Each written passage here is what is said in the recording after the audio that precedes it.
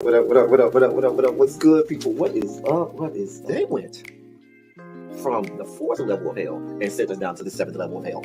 Why? Because then you got Kwanzaa pulling out her titties. The whore pulled out her titties. And these whore bags over here started feeling and fondling on her tits. What? I don't have it to do with you. Girl, you can go over there, rant and rave. Girl, you can shake all your rainbow bright hair all you want, dear one. I'm not doing this. I'm not doing this with you, dear one. I'm not doing this with you, dear one. I don't have nothing to do with you, and I'm done. Baby, you can scream my name from the rooftops from now till Jesus come back. I'm done after this. Introduced to Tick's meat. Do you see what I see? Did y'all really hello, casting, wardrobe, y'all let him roll up out of wardrobe with these fans on, giving us all of this, thinking we were not going to see it? We have been waiting with bated breath and anticipating all season long for the slightest glimpse, and y'all just put it out there this episode in all of its magnificent glory. Listen, that young man said, baby, you ate on this first date, you giving up the cooch on the first date, okay? Well, you gonna run me my coins. Run me my cooch or run me my coins. Run me my cooch or run me my coins. Run me my cooch or run me my coins. That's our new theme song. That is the new song. Listen, somebody need to put a beat to that. Run me my cooch or run me my coins. Run me my cooch or run me my coins. That's what y'all got going on. Called out Sandcastle. Sand, bitch. Ow. Oh my God, it was so funny, girl. Ooh, baby, listen, let me tell you something. This shit started to turn into the precursor for some gay porn. That's what I thought it was. Because Big T is getting all, the voice starting to go deeper and get a little more wet and moist and sentimental and all this shit. And it was real gay at this point. Like, I thought the bitches was going to stop. I thought Lil Bird was going to turn Big T around and do him like he did Uncle Cliff and do the grease it up with City Lou and ran right in there. It's not a coincidence that Big T started off the conversation by trying to find out if Lil Murder was fucking Mercedes, which he found out he's not. It's also not a coincidence that he would start talking about prison. Why? Because the bitches was probably fucking in prison. Uncle Cliff, you better go get your man. Big T got plans for that. Well, he had it on look like something Big Bird vomited up or something like that. Like, I did not like it. That Big Bird couture he was going for, it did not work. Like the pastor of a gay mega church on Easter Sunday. Okay, it was way too much sequins. He had on way too much makeup. Baby, his face looked like Yala Van Zap's neckline. Okay, just way too much makeup, clumped in everywhere on his face. Get it together, sweetheart. And you're a big girl, so that gives you a whole lot of canvas. So that was a whole lot of makeup, honey. Yeah. Rico looked like he was auditioning to be one of the three kings, or he was auditioning to be the main character on Jesus Christ Superstar. Girl, Wayne, did you have on a blue thong or a blue G-string or something? If you did, I want to see it. If you have my DMs, I do want to see it. You have a blue thong or a blue, jock strap or something like that. I'd love to see it. Anyway, but I liked it with the turtleneck. Now, Troy.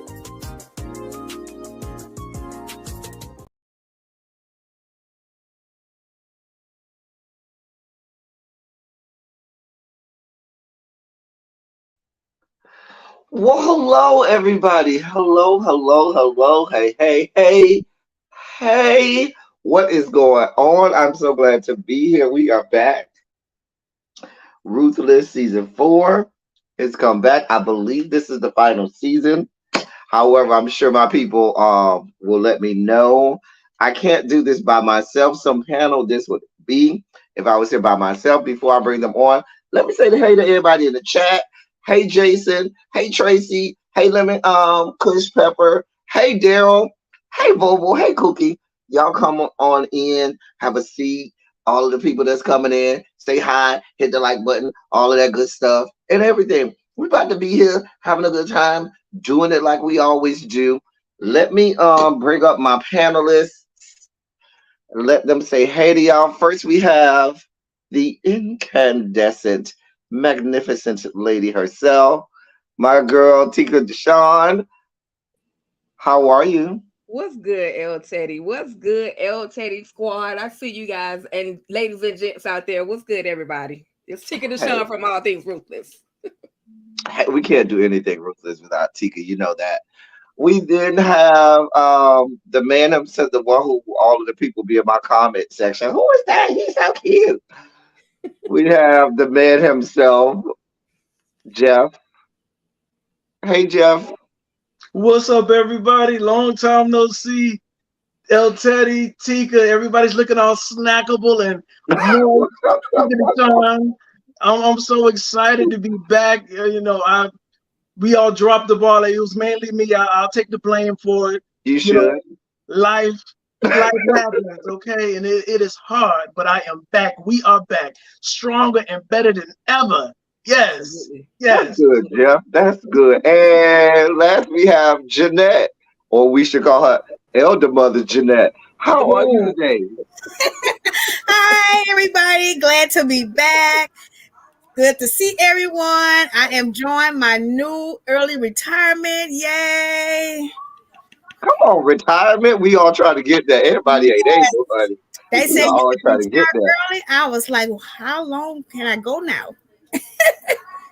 Well, that's good. That's good. Well, I'm glad to have y'all on. We got 3 episodes to break down, so we're not gonna even waste no time. Let's get right down to it. Let's cut to the chase because we got a lot of things to talk about here. Listen, so we'll start season 4, episode 1, entitled "A Matter of Time." Now they started this episode different from any other episode. This episode we start off in Washington D.C. at the FBI headquarters. They give you this whole history and breakdown of cult leaders and different cults that have, been here in America over, over how many years and so forth. Jim Jones and all of them, David Koresh, all of the people and how they all ended up offing themselves and so forth. Mac is there. Some lady is there. She's the big boss. And then they discuss Tyrone Manuel Lockett. Y'all call him the highest. They say your mama named you Tyrone. We gonna call you Tyrone. Anyway, so they go over all of that. They say, listen, we got 2 people in there. We ain't heard from them in several days. And at first I was like, wait a minute, ain't it 3 people? But then I had to remember that they didn't know Malcolm was there because Malcolm came with an old girl who got shot up. So they didn't know he was there. Anyway, so they say, listen, we got 2 agents there. We they have a reported back. We need to go in there and find out. She say, Mac, you off this case. Thank you for your services. Please drive safely. We ain't got nothing else to do with you. You can go on. And then we see Mac goes back to his office and calls the sheriff and says, hey, FBI done took me off this. You need to go down and get this stuff in order. They looking for Brian and Andrew. Make it happen. So that was that first big scene. That was our first comeback to Ruthless, where they let us know. And I think for me, it was kind of a, hey, this stuff is winding down. Because I feel like they wouldn't have started the season with that without giving us this, context of, hey, it's about to get serious. And so I don't know. I'll let y'all give commentary on that first big scene with all that was going on there. I'll just say, El Teddy, we got at least 3 or 4 more good seasons before it ends. It's never gonna end, okay? We got a lot more content, okay? I know you wanted to end, but no. I'm not saying I wanted to end, but that's what people are reporting. I'll say like that. That's what I've seen several people report. I know what you mean.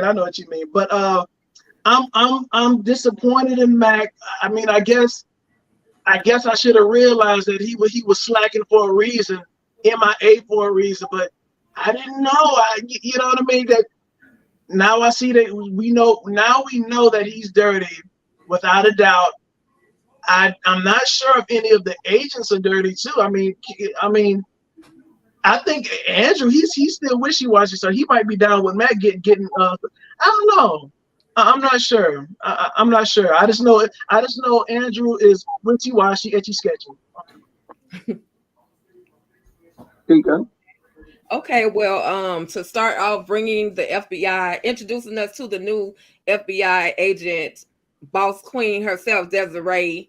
It was absolutely necessary for them to give us a scene with the FBI agents, because now we know somebody is about to start looking for Andrew and Brian. Like that's been the question the entire last 2 seasons. Who's gonna go and get them? Like who's gonna rescue everybody? So I don't want to say that the show is winding down, but I have even said myself, based on the recording, the schedule as far as recording or filming season 5 or another portion of season 4, it seems that it may be winded down, but it could just be a start of another era, another season. It might be a more of a spin. Well, I guess this was a spin. I mean, the Oval was a spinoff of this, or this was a spinoff of the. I don't know, but it may lead to another show. Who knows? Right. I mean, it's gonna always be Ruthless. I mean, it's gonna be Ruthless. That's all I'm gonna say. But it was, like I said, it was important for them to introduce the FBI. It was also important for them to talk about the cults, the Jim Jones code, as well as Heaven's Gate code. It was important so that we see as an audience who the highest is actually emulated. Mm-hmm. So when it all comes down, if you pay attention to the history of those two cults, then you're gonna say, oh yeah, that does look like something that the highest is doing, or that's something that Jim Jones was doing. So I'm definitely excited for season 4 to have returned. I mean, I've been on pins and needles like everybody else. When's it coming back? And so they gave us a lot in that first. In that first episode, it was a lot. Like, I took a lot of notes. Yeah. In the first episode, it was a lot. It was a lot. Absolutely. Jeanette, anything from that first thing? Yes, I want to start off by saying I am so disappointed with Mac. I just knew he was one of the good ones. Oh my God. But that we have been saying so long with that Mac was the okie doke. We have been saying Mac was the okie doke for a long time. Oh my God, I'm just so disappointed with him. Also, I'm kind of disappointed with Andrew because it seemed to me like he's actually moved over to the Rakadushi side. You know, because he's like, I need to prove myself. You know. Just with him, I don't know. Is he still acting or if he's actually want to be on their side? Don't know. Andrew's trying to survive. I know. I understand that, but at what cost? Because and we find out a couple of scenes later that he really crossed the line. Like he didn't just cross the line. He did a somersault backflip and swan dive across the line, and so forth. I mean, he wasn't playing around. Right. So then the sheriff leaves his office and he goes to the compound. And to go to the compound, Deputy Kate, she always so nosy. She always be having a lot going on. I don't really see it for her. I never see it for her. Anybody notice that something just don't feel or sit right about her uniform? I can't tell because her face don't look like she big, but then when you look at her body and the uniform, she look big. But then it looked like maybe they putting something underneath. Like, I don't know. It just something seems off. Like they trying to make her look fatter than she actually is, or maybe she is fat and got a skinny face. I don't know. But just the way her uniform fits, it just doesn't. It just feels like off to me.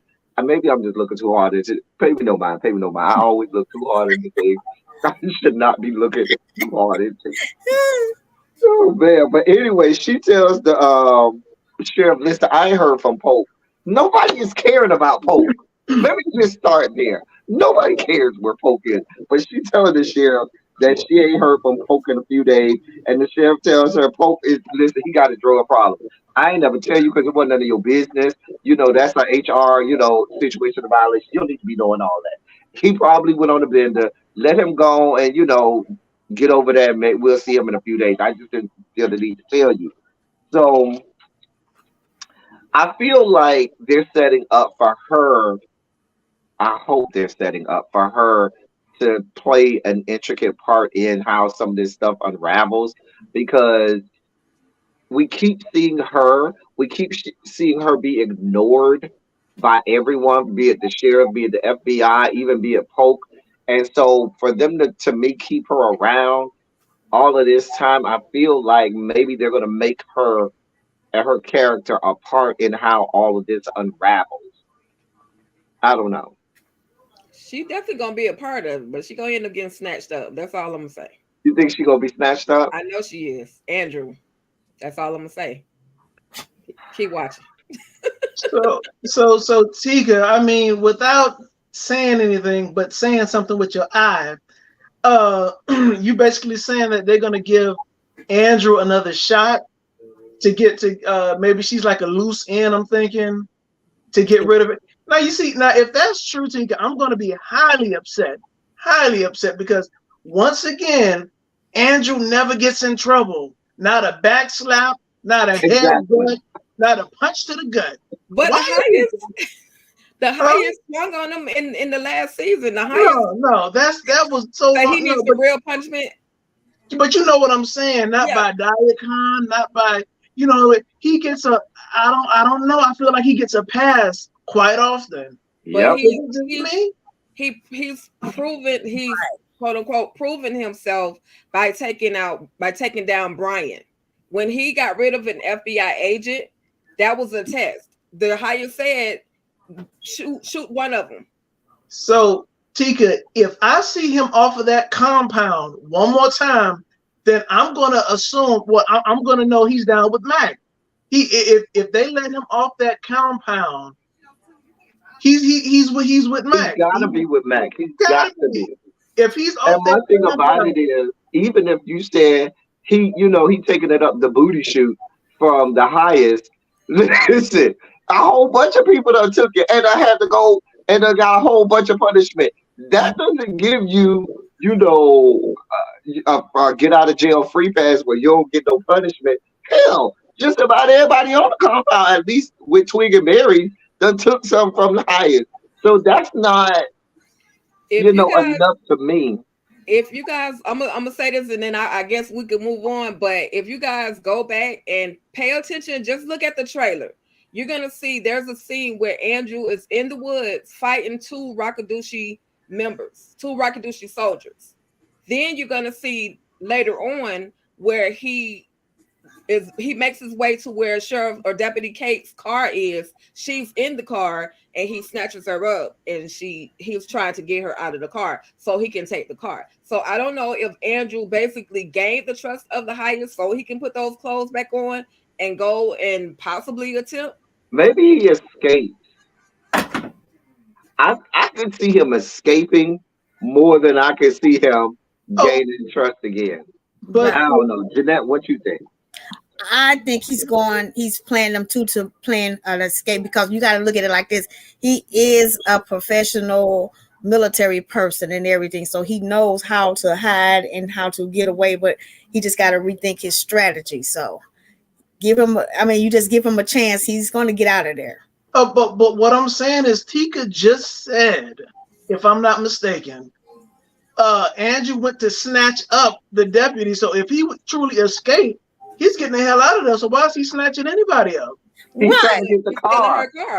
Yeah, he wants to get the car so he could drive. They are in the remote woods and stuff, remember?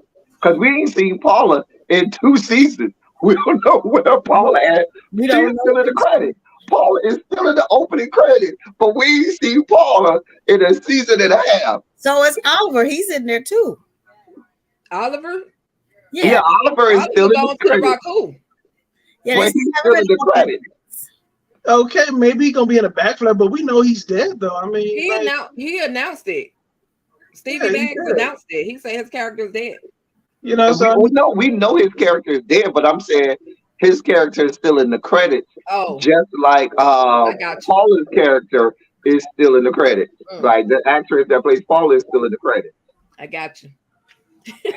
Anyway, we then see Ruth showing Elder Mother the pregnancy test that says positive, and she was like, here, you see it, I know you see it, I know you see it. But like what? Why is your stomach so flat though? He was like, I was a nerd. Yeah, you was a nerd 8,000 years ago. Don't worry about what we got going on over here. I'm gonna just skip to the chase. We later find out in a conversation she had with River that she stole urine from one of the sisters. I think it was Sister Jennifer or somebody. That she put a little pot inside the toilet to collect her urine, and that's what she used. Now, how she managed to get the urine in, I guess she, put it in a condom or something and put it in her thing and, pee right there. I don't know, because remember she made her pee in front of her. Bag. That's what I'm saying. She had a little plastic bag, but it had to be inside of her dress because the Elder Mother told her to pee right there in front of her. Yeah. all she had to do was the way the bed looked. I don't want to talk over everybody, but the way that the bed looked, all she had to do was just like kind of open it just enough and stick a little. Oh, it don't take that much urine on the pregnancy test to develop. So she maneuvered it underneath that dress. She was squat long enough. So hey, she got a good result, positive. Apparently. And then we see and then Tyler, I mean, when Tyler comes back after a long break, Tyler's not gonna wait that long. You could be guaranteed within the first 10 minutes you're gonna get some meat somewhere. Tyler ain't gonna let you wait long before you get some meat. However, comma, why is it that the last time we saw Andrew and his maker stick, it was a certain size. Now he over here playing with the little bitty, people around here with it. What's going on here? What in the shrinkage and cold weather is going on here, Andrew? But I ain't gonna talk about the man meat. It still look like a prosthetic. But if I'm spending money on a prosthetic, let it be something I want to see. You know what I'm saying? If you go and spend budget on a prosthesis, a prosthetic peen, at least let it be bigger than 3 inches. Maybe it was cold in the punishment trailer. It could have been. That's a lot of cold weather. That's even though the black lady Laura kept complaining that it was hot. There's all get out, and they sweating profusely. But I'm gonna give him, hey, maybe he's cold. I don't know. Maybe standing there next to another man at that moment just ain't do nothing for him. So right, yeah, it was like. But Daikon sniffing his peen clearly did a lot for him. He had just walked out of the trailer with Tally at that time. That's true. That's true. That's true. That's true. That's true. That happened. That happened. I remember. I know that happened. I remember that happened. But y'all just go give this man a whole lot. I'm just saying, y'all give him a whole lot. Anyway, so in this trailer, first Malcolm and Andrew is going back and forward. They just going back and forth. I'm really kind of sick of their dialogue because Malcolm keeps saying the same thing. Andrew keeps saying the same thing. And I want Tyler to progress their dialogue because it seems like they're just going in this endless loop, regurgitating the same thing over and over and over. Meaning between Malcolm and Andrew and nothing is coming out of it. Daikon comes in with one of his soldiers and punches Malcolm in the face. And tells the soldier to take him to the electric trailer. I'm waiting to see him get electrocuted. I'm just waiting. Well, why? Who, Malcolm? But I'm saying I would have preferred Andrew get his asshole. Now Andrew needs to go to the punishment trailer too. Mm-hmm. Call me crazy, but I still have high hopes for Malcolm. I feel like something's there. I want something to be there. Okay, there's a reason why he's still there. I'm just saying I want something to be there, and I really hope they give him a comeback story. I really hope they do. There's no redeeming qualities about Malcolm. That's not true. That's not true. That's not true. Malcolm snitching. He said, "I'm telling it all. If I say with I'm telling everything." Wait, who? Malcolm is like, I'm telling everything. Mm-hmm. Well, Andrew said that too. I mean, what? Right. No, Andrew didn't say he was telling everything. Mm-mm. Yeah, but still, I mean, I'm just saying. I feel like something's there.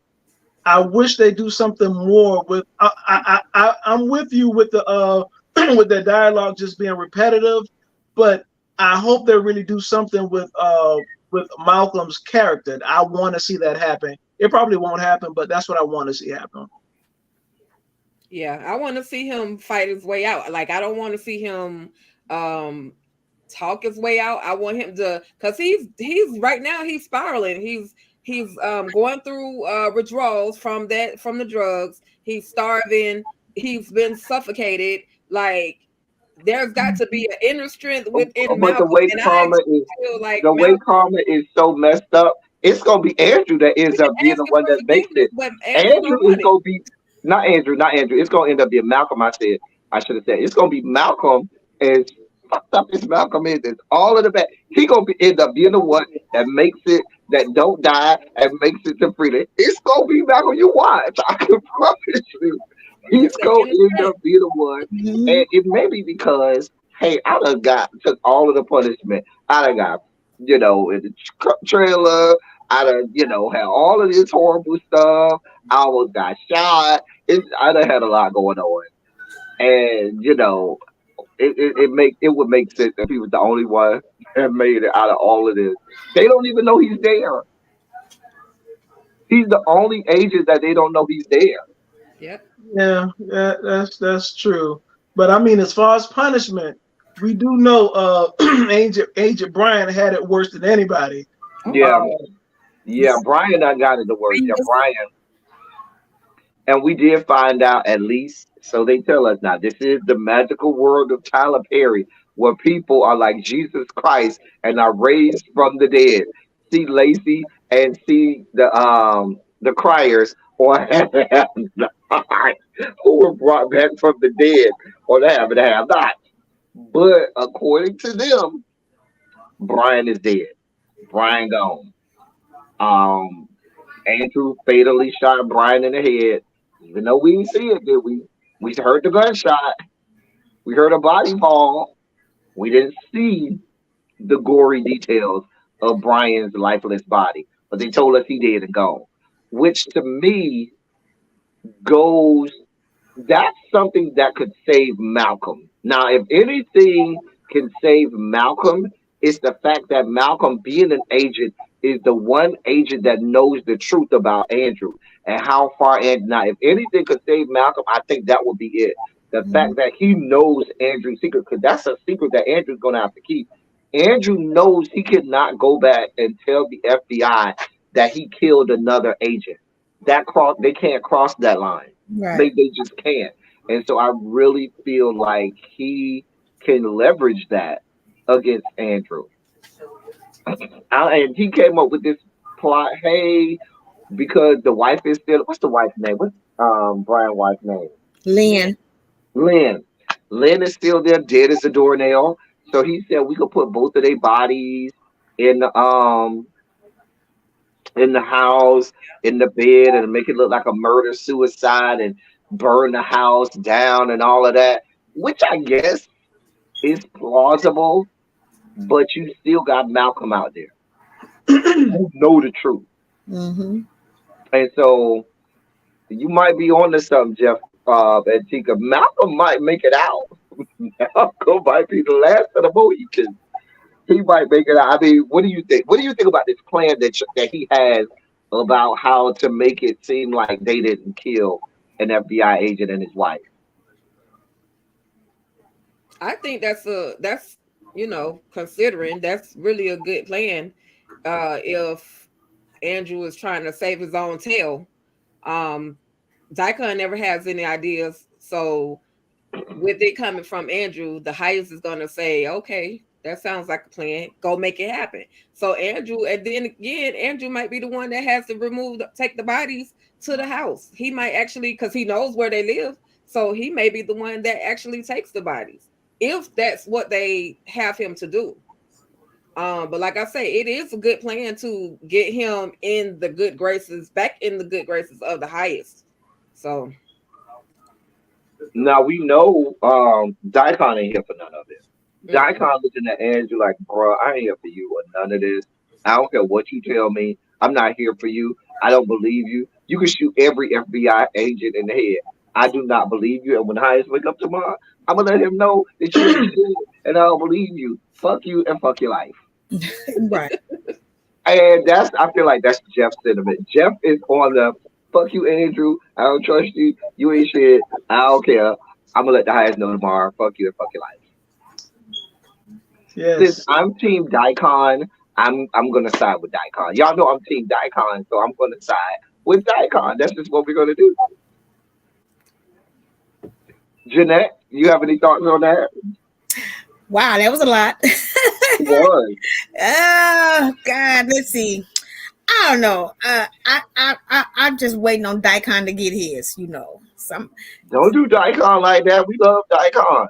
What you mean? No, I mean, yeah, the actor, but yeah, the kids. I mean, he done got stabbed. The man done got stabbed. Should have got The stabbed. man done got put in a punishment trailer. Mhm. I could argue I can argue that Daikon done got more punishment than Andrew. He ain't been in the electric chair. Andrew ain't been there either. So Daikon, the number 2 man, you can argue has had more punishment in the history of this show than Andrew. And he done been the ride or die since they was back in prison. When he was Anthony and the highest was Tyrone. yep. But fast forwarding into, I'll just say this: fast forwarding into something that Daikon has mentioned. Now that we're aware of the role that River has, that the abuse and all that stuff that Yep, River we was learned being that. Mhm. used to happen to Daikon. So it's almost as if he's used to it. Like he knows something is potentially going to happen punishment wise to him, and so he just braces himself for it. So And we can talk about this maybe even when we get to that part, but I think psychologically that's like the MO of the highest, where if he really loves somebody, he's going to hurt them to kind of, have that power over them, to subjugate them so that he has control over something that he loves. Because, a lot of times people may not have control of their life, or they may think that their family dynamic is not in their control, or their life is not in their control. So if it's something that they really love, they'll try to abuse it or beat it into submission to show it that they love it, which kind of, if we're using that premise, that he may not really care for Andrew like that, right. because he does it, but and that's why he appreciates when Ruth, beats him and stuff like that. So that physical abuse in his mind might be a show of real love, that he has in his mind. That's how he shows his love to someone, and that's how someone shows their real love to him, because maybe he was abused, and maybe that's how people who he loved express it, and that's how he, feels you express love. I don't know. I'm just thinking out loud. It just came to my head just then. I ain't write it down. It just came to my head. Anyway, so then we see the sheriff comes to see Daikon. Daikon talks to the sheriff. The sheriff said, "You need to get this together. I'm not over this case no more. They got a new person. Baby, let me help you understand something. If they come shake me down, I'm giving all y'all up. Ain't nobody gonna be, ain't nobody gonna get off. Everybody getting some." And for me, this is where Daikon makes a pivotal. He always makes these mistakes. The man is telling you, our connect inside is not over the case no more. They got somebody new. You need to get this in order. He's like, I'm not worried. It'll be all right. Just let us handle it. Let you handle what? You can't even handle the men on the compound. And you expect me to believe that you can handle the Federal Bureau of Investigation? Like, Daikon is delusional at times. Much not like Daikon. But at this point, he was just, don't let us handle it. Am I the only one looking at this wrong? Because this man was just real calm for no reason, like it's nothing to see here. I'm thinking that I don't know why I feel like Daikon and the highest have a plan to cut and run with the money. That's why Daikon's not worried, because he knows that this payday is coming, and a select few is gonna bounce and leave everybody to fend for themselves. That's what I think the plan is, and that might happen. That's why Daikon's not worried. Interesting. What you now, disagree? And the sheriff did say, "I'm waiting. I need my money." And Daikon said, "Don't worry, you'll get your money." So that might be the whole situation, right? Because we already know they got one drop already. You know what I mean? That's probably more than enough to give the sheriff his little cut. But as you see, Daikon, he not sharing no details. They're not giving up no money. I'm thinking they waiting for that big payday, and they gonna disappear. Yeah. In the Rolls Royce. Something. I don't know. But yeah, he just seemed real like, The sheriff say, "Bring me that girl with no teeth so she can come slob on the knob in my car over here." I was like, "Sheriff, we need to know all that. We really Right. do." That was just unnecessary. Real gratuitous.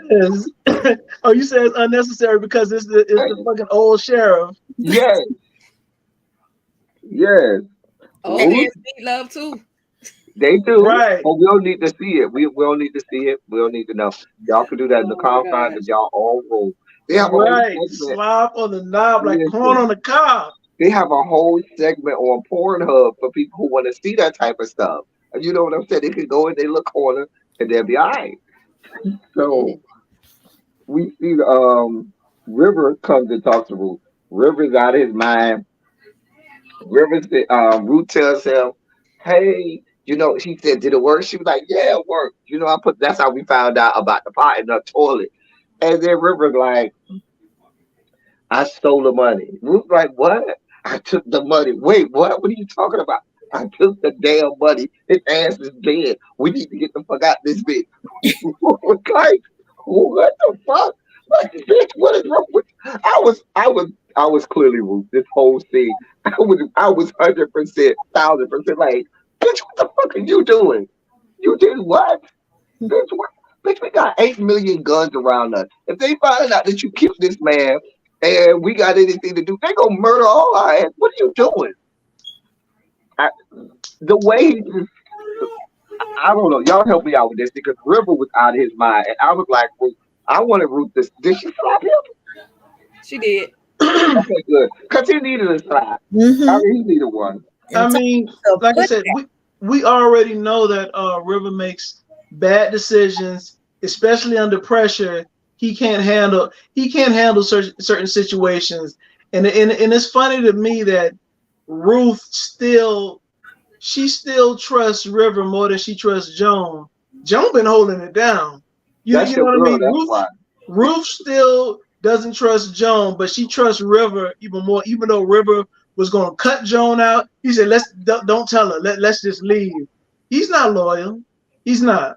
Mm-mm. But he was afraid. He's like, I may have taken his life and I'm tired of being abused. Like, let's just go. Let's just take what we have and just get out of here. But they're not hearing it because it's like it's not enough, quote unquote, for them to survive off of a week. But River's like, bump that. Let's go. But the And thing about it is, Yeah. even if it was enough, you can't just say, okay, we just gonna up and go. You need a plan. You gotta even devise a plan for how you even gonna leave the compound. You can't just up and say, "Well, I'm just gonna jump the fence," or "I'm just gonna run through the gate." It don't work like that. Right. Let's go. How? That's what if I was Ruth, I would have said, "How?" Waiting. Please explain. And she's not going to leave her daughter. Exactly. She's She not leaving knew her that. daughter. Listen, I don't know. But I'm with you. I don't see how she trusts River more than Joan, because River is a loose cannon. River is not wrapped tightly at all. Not wrapped tightly at all. Now, I don't care for Joan either, but I'll trust Joan before I trust River. Wait, you don't care for Joan Wino? Because I don't like Joan. No, Like this is but Brandon. I'm just saying. Usually, there's a reason why, and you didn't I tell us don't why. have to have a reason not to like her. I just don't like her. I don't like how she talks. I don't like how she's condescending. I don't like how she tries to make herself so slow when we know full well you don't really talk like that. That ain't how you is. You got a whole plan of the plot. I think Joan is the okie doke. I think they are right on the money saying that I'm not saying that the interracial couple is what Joan is. I think that was thrown in there. Joan didn't know about them, but I absolutely believe that Joan is the okie doke. Joan is the double cross. She is the one that's gonna be the double cross to me, Mm-hmm. not River. It's gonna be Joan because she's oh, cause even I think it was episode 2 of this season when she was like, "You seem to love that name and not the Raku." Joan, this me. This is why I would have been like, "You ain't talking to them. This She me. Cut the bullshit, Joan. We wait, don't need to go through all this." but she was right. You talking about when are you talking about when she was talking to when she was talking Talking about to that Ruth on the title, pavilion. huh? When everybody had left the pavilion, when the people had went to the trailers, and Elder Mother had went with the man, with the dark skinned I man, remember. and Ruth walked up and she asked Ruth, "Is everything?" Ruth said everything is okay, and when she got ready to leave, she was like, "Okay, sister." And Ruth looked at her and she said, "I'm sorry, Elder. But Ruth You tried used it. to like Ruth, that name more than you like the Raku." Like what? no, no, Joan was giving it right back to her because Ruth tried it. Ruth tried it in the middle of a private conversation. Ruth wanted her to call her by her title. Like No, she was really? leaving. That wasn't the middle of the conversation. She was going back to the trailer. She said, "Okay, sister." Okay, Ruth was just like, well, how did she say it? What's my title? I forgot how she said it, but she wanted Joan to call her Mhm. You want by to her know why? title. Because Joan was on the bullshit. No, no, When no, Joan no, no, wanted she the wasn't. whole No, she fast wasn't. to the whole Raku. You want to talk to me all slow, like I don't know how you really talk and do all of that. Well, I'm gonna make you go all the way fully there. You want to go down this road? Then let's go down this road. You L call me by Teddy, my name, by my title. L If you want to Teddy. go down this road, They all put on the show. You can't tell me Ruth don't put on the show too and talk all classic but not in and front of just themselves. There's nobody no. else around. Joan was having a candid conversation with her. I'm telling you. I'm telling you. Y'all see And Joan Jessica riding and down Ruth the pulled Joe. that That's book. a girl. Tika, I need somebody else to jump in. In Tika that can't even moment, help you. Tika, Hey, you look, Tika like I can't even help you, Now, dog. in that particular moment, they were having a conversation between the two of them. There was nobody else around. There was nobody no around. need for Ruth to add the extra, basically call me elder mother. It was unnecessary. Like both of them were shady. They're shady from its inception of them knowing each other. Right. So it was unnecessary for Ruth to do that to Joan. But of course, Joan is gonna give it back. Like Necessary. that's how they work. They got their L Teddy. elder mother Marva and Daikon have the way they communicate, and that's Ruth and Joan. So L Teddy. Necessary evil. Necessary evil. Ain't no such thing as necessary evil. Not doing this with you. Anyway, so we got River tell Ruth, listen, I stole a buddy. Listen, the highest is dead. Listen, she says, listen, bitch, you gotta take this goddamn money back. We gotta see if we can revive this fucker, cause we gonna die. Ruth knew. They find out this man is killed and his money missing. Bitch, we gonna die. Remember, Daikon went to the bank. So Daikon know how much money is supposed to be there. Daikon had to count the money. Remember, he told Daikon, count the money. And Daikon went over there and counted the money. So if that money ain't there and the highest dead, and we know, River, you were the last one with him, how did you think this was going to end? Anyway, Joan goes to talk to the interracial couple. Now, I never remember these people's names. And I just Laura and Aaron. Aaron, yeah. calling them the interracial couple. The interracial. That's so horrible. Laura and Aaron. Laura and Aaron. Okay, Aaron and Laura. So Joan is still talking to them in the finance trailer. White boy says to Joan, listen, I saw the men in the punishment trailer. I don't know what's going on. One of them, they all told me they from the FBI. Some shit don't seem right. Joan said, that's not what it is. I was looking at her like, girl, if you don't, but I think it's how she does that slow. I'm Right. talking to you like you're 2 years old. That really gets on my nerves. And so Jones says, listen, we got a whole thing where we help people that are on drugs. And sometimes we have to keep them from harming themselves. So we have to restrain them. I can let you talk to someone who can tell you how it helped him. And hold on just a minute. Let me go get him. All the while I'm sitting up here like, clenching my teeth, crying about it. Like, if you don't get out of here. You know, Aaron is not buying that. He is not buying None of it. that. I'm not. None of it. She just a lost cause. Like, ugh.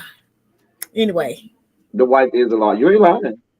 After Joan leaves, now the wife claims that, oh, I'm just putting on because I'm until we get out of here, and I'm just trying to make them feel like I'm going along.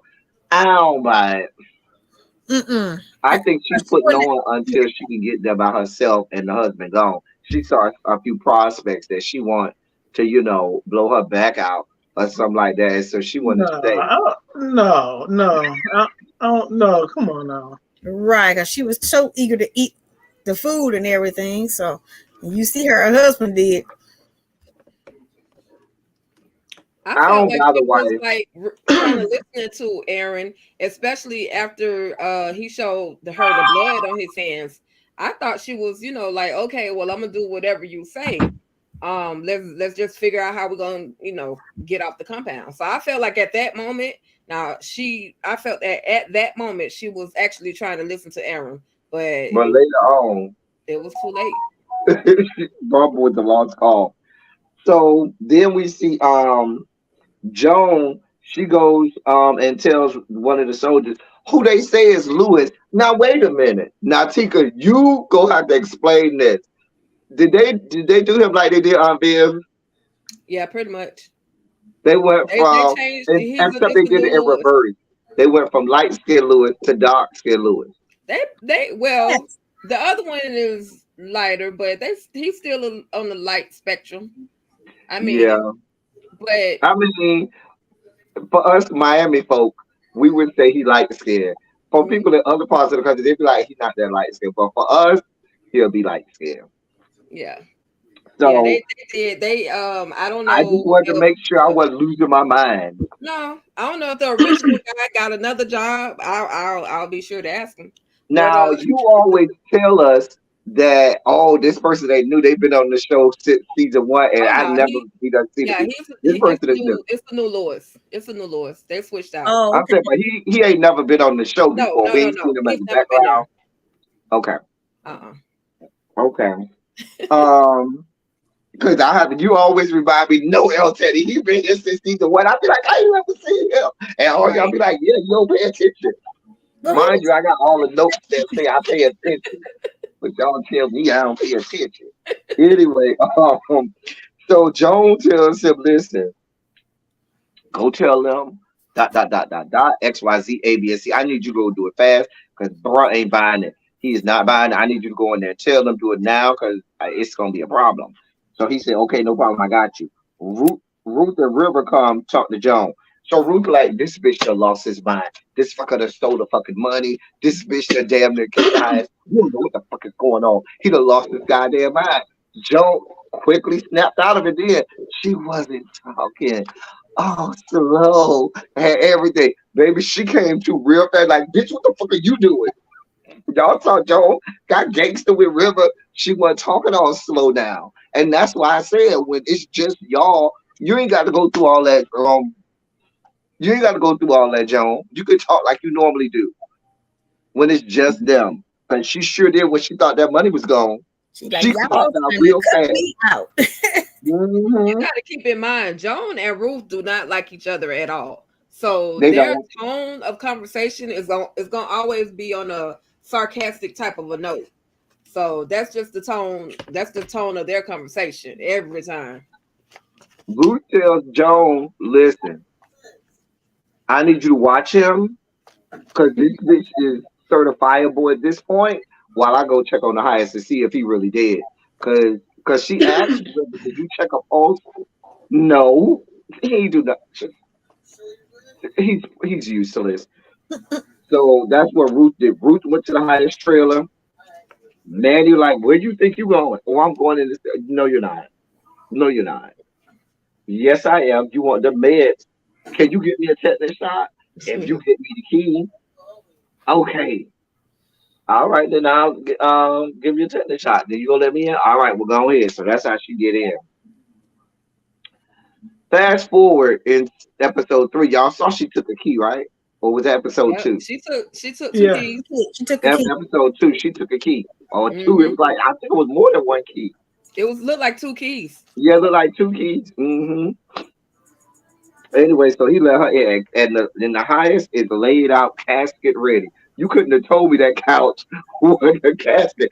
Oh, did he look like he was laid in his casket? Yeah. He was Uniform looked casket nice and sharp. pressed. Mm-hmm. Hair laid to the side. Laid out. Mm. Laid out. Full frock and uniform for, I mean, everything. So, so Ruth goes in there and she sees them. Then we see the new Lewis going in there to talk to the interracial couple. I'm sorry, Aaron and Laura about and he tells them the whole yes. And Aaron goes, "Did you have to be restrained?" Yes, because I was out of it. I was out of my mind at that point. I needed that. Just a lying. And so, but the white boy still ain't buying it. Laura looked like she's kind of, believing it. White boy still ain't buying none of it. Mm-mm. None of it. And so, when the soldier leaves, um, white boy takes out the phone to show his wife, "Hey, I got this phone. Why do you have the phone? You need to be glad I got this phone." And he shows her the phone. He says he's going and tries to make a call and they ain't got no signal. Now this fool then says, "I'm gonna go out to the tower." Is he gonna try and climb in the tower? Like I'm trying to figure out because in order for him to be say he's going to the tower, he must feel like if I get higher, I'll get better reception, right? Mhm. Do you really feel like pale, pasty white boy? I don't care how dark it is. They're not gonna see you climbing up this tower. No, I don't think he meant up the tower. If I recall, he said he remembered he had reception when he was near the tower. I think when they were camping out front or right in front of it, he said in that general area he had some reception. So I don't think he meant up the tower, but when he was near the tower, I he feel had like reception. he was there up because the tower is that high. The tower, No, but what I I'm saying remember is, him if he saying he got it had. when he was outside, in my mind, I thought he was saying up the tower. I don't. Maybe. I don't know. Even I even don't when know. he went to the outhouse, he was gonna try to attempt to use the phone. That was close enough to where the tower was. So I like what Jeff is saying. I don't think he was trying to climb up in the tower. I just thought he needed to get near or close enough so that he could get that reception back. Okay. Well, if he do Well, make a call, I hope he don't call the sheriff's office. Right. Right. Louis did tell when Louis go back outside, he tells Joan that he talked with them and they seem to be okay. And he says he's gonna go tell Elder Mother to fix them something to eat. And she tells him, make sure you tell Elder Mother to make it real good. Real good. And Listen, Joan is not nobody friend. I listen. That's the only thing that has aggravated me about Joan. I've been quiet about Joan.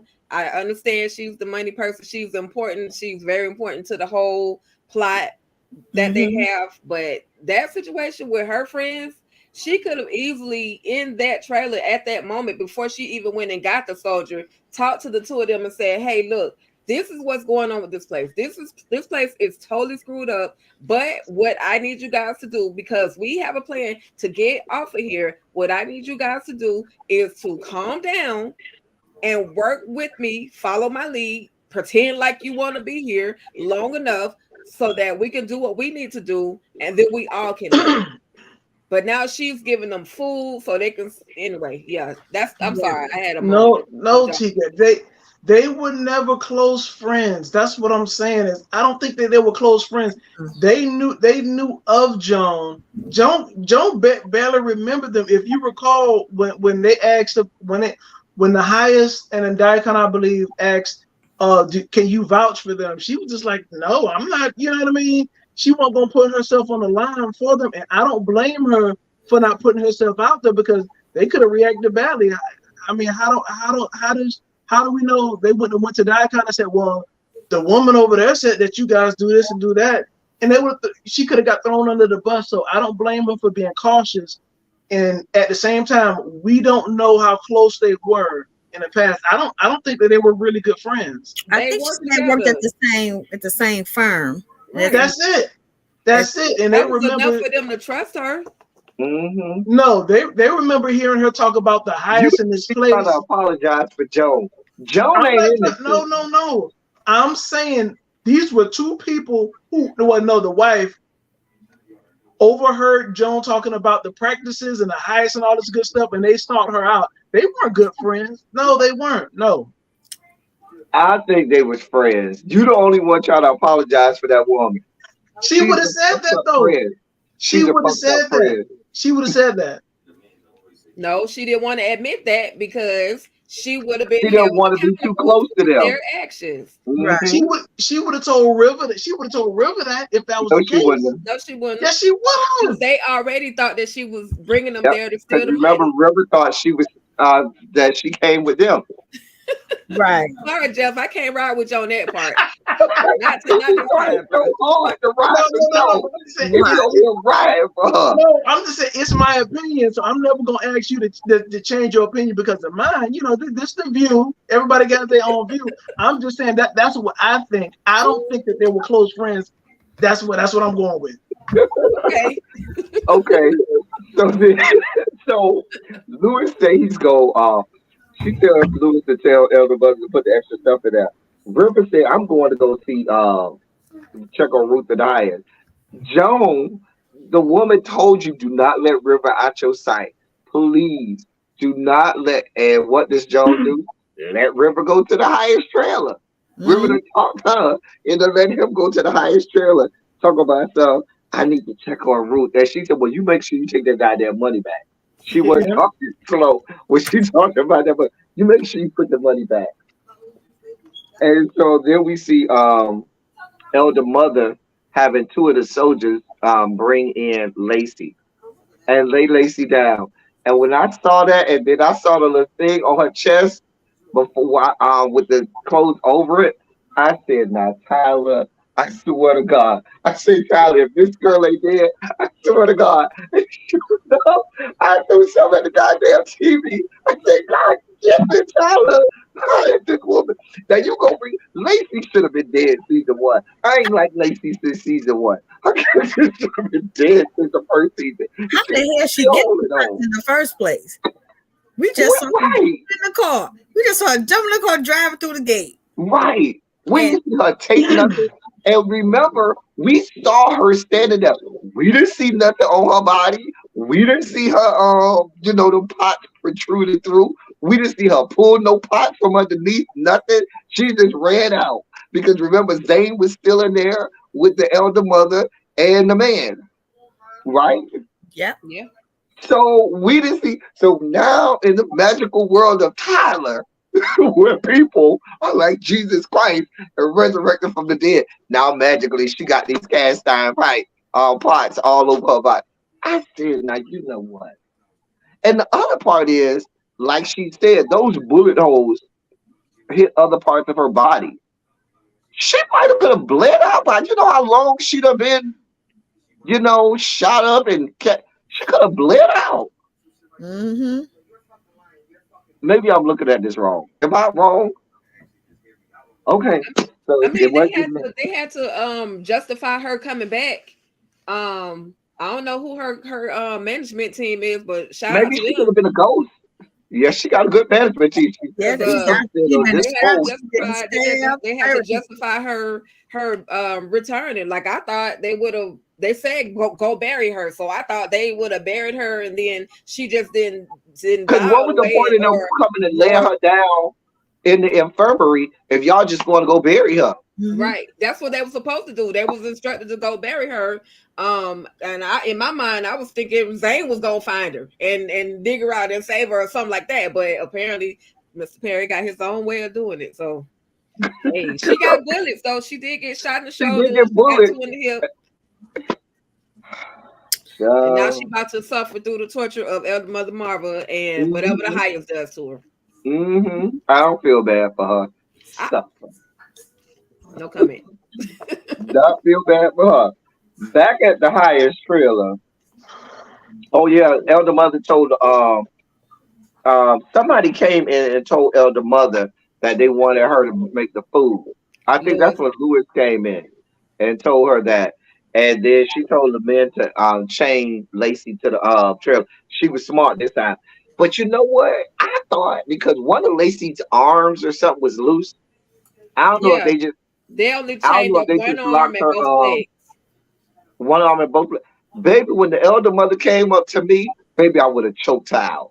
If I'm gonna die in something anyway, baby, I'm taking somebody out with me. I got and Lacey is a tall girl. She tall and lanky, so she got long arms. Right. Baby, she could have did a get over here, and and just choked her out or snapped her neck. Oh, you trying to kill me? Well, I'm gonna get you for. Oh, you ready? Well, I got a free arm. Oh, I'm gonna fuck you up with this free arm. You wait till I get through fucking you up with this arm. That's what I would have did. If it was me, I was gonna die anyway. I was gonna take her out. Anyway, back at the highest trailer, Ruth is trying to revive the highest. River comes from the back, and Ruth tells River to put the money back. That's the first thing, bitch, put the money back. He might be dead, bitch, put the money back, and we can discuss him dying later.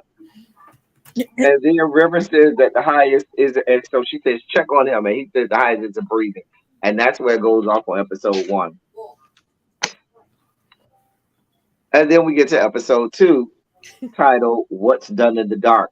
Ruth and River are performing CPR. Ruth says, listen, I need to go get, what's the name of the medication? The tetanus shot, something. No, not the tetanus shot. That's for The Narcan. Narcan, yeah. From the infirmary. That's supposed to help him from ODing and whatnot. Now, how does she know that they have all of these drugs in there? That was my question. Like, do they have a whole pharmacy in this? The mother don't let nobody see the medicine. She keeps everything right. Up. So how does Joan know? Unless River told her. Right. I mean, she said later on that River told her what elder mother puts in the food, but then she told Joan, I don't even know what those things are yet. Magically, she might be lying to Joan though. She might be lying to Joan. Her and Joan don't see it for each other. Next thing you know, segue to the sheriff's office. Who show up? Boss lady, FBI boss lady, and the other agent who now I can't stand. Agent. Who get on my nerves. All off the rip from the first meeting, bro. I don't like you. You ain't did nothing. I still don't like you. I don't like him. Y'all, he rubs me the wrong way already. The agent that's with Desiree. But yeah, he just rubs. He rubs me the wrong way. Deputy Kate call. They tell her to call him on the. She called him on the phone. It ain't pick up. Call him on the radio. And while he's getting sloppy toppy, she calls him on the radio and says, "Some people here to see you. Who are they? I don't know. They won't tell me nothing." And he said he finished getting his sloppy toppy though. He sure ain't stopped. Then we see Ruth goes to the infirmary to get the meds, right? So Ruth, it didn't take her long. She managed to be able to know, oh, this is the Narcan look like. Oh, this is what the tetanus shot look like. Now, who keeps tetanus shots just randomly? Even if you tell me I got these other drugs that can help with, it has psychedelic, side effects or whatever, and so forth, or all of these other different drugs that we may need. A tetanus shot? Well, the Rakadushi compound is like a it's supposed to be self-sufficient. Like they're supposed to be able to run themselves. They have their own. They grow their own food. They obviously provide their own medicine. They got a little hospital, so they have to run as if they're an actual city. So you go to DC, you get all your meds free from them, and just so happen we got men that work on the compound, that dig, that use metal. What if somebody gets cut? What if somebody overdose? Like the highest, like they're trying to run like a little community or like a whole city. I mean, I know it's TV, but it's they. And I'm gonna go with you for everything, but tetanus shots are real random. Like you get a tetanus shot like what every 5 10 years, something like You that. see how rusty that stuff is on the compound? So get them one when they come in. Well, they Or didn't tell want to them get to get smaller. in, you got to They get a too tetanus small to shot. bleach, and they wanted medicine. Because if I'm somebody's trying to get in, and I know we got limited resources, baby, make sure you got all your like if it's especially if it's one of the soldiers, have all your shots, have all your inoculations, tetanus, everything. Just get everything, and then see us on such and such a date. Only because that saves them time and effort, so they know these people not gonna come here and and give everybody chicken pox. I know, Jeff, isn't you somebody who I know can't get chicken pox? Somebody I know can't get chicken pox. I mean, I've never had them. My family doesn't get them, so. Yeah, I think that was you. Where some people can't get chicken pox because they don't have that. They don't have that strand of herpes. Chicken pox is a strand of herpes. Like you born with it, right? Mm-hmm. You're born with it. Yeah, my family never, like my parents never had it, so we never had it. So Yeah, a lot of people don't know that that's a form of herpes, chicken pox. Mm-hmm. So, she goes to the infirmary, gets the stuff, but when she's coming out, you notice, just like I said, Lacey had enough gumption to try and grab Ruth. You see what I'm saying? And snatch her from leaving to say, please kill me. That's what I'm saying. You grab elder mother and you take that old bitch out. Get your ass over here and take that last bit of energy. You gonna kill me, but baby, you gonna know I was here. Actually, Ruth's getting a good chokehold. Right. Right. But she can't call hell boy. or she can't call for Zane or nobody. Boy. Now down to the electric trailer. Malcolm in there, he's trying to talk his way out of getting electrocuted. I don't even know why you waste the energy, Malcolm. Tyler don't, not Tyler. Daikon don't see it for you. Daikon ain't trying to hear nothing you saying. Right. Nothing. Like, bruh, save your energy. You're gonna need it to escape. You're gonna need it to be able to tell the story of what happened. Just save your energy. Daikon sees Ruth running. Where are you going? He has that uncomfortable, awkward conversation with her that he always have about him being jealous and this, that, and the third. Like, Daikon is real clunky with Ruth. Like all of his conversations is like a schoolboy trying to figure out how to woo a girl. Like you ain't never did it before. He likes Or am her. I wrong? He actually likes her. Everybody else can be just like, as they say, wham bam, but he likes Ruth. And then for her to be allegedly pregnant before, because at this point he doesn't know yet, but for her to be allegedly pregnant, like that's another thing, like she might be carrying my child. She been putting that in his head. You might be the baby dad since that quote unquote so-called pregnancy. So he liked her. So don't act like a schoolboy, first crush type situation. Mm-hmm.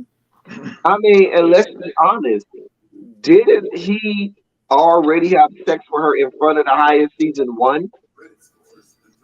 Not in front of the Remember highest. when she got At the coordination. No, I mean not with the during highest, the with Daikon, coronation, with Daikon. I'm saying not with the highest, with Daikon. Didn't Daikon already have sex with her in front of the highest? So it stands to reason that even outside of, if the baby came out looking like Daikon, the highest couldn't be mad because you told him to fuck her. You know what I'm saying? So they got an alibi as to why this baby might come out looking like Daikon. Right.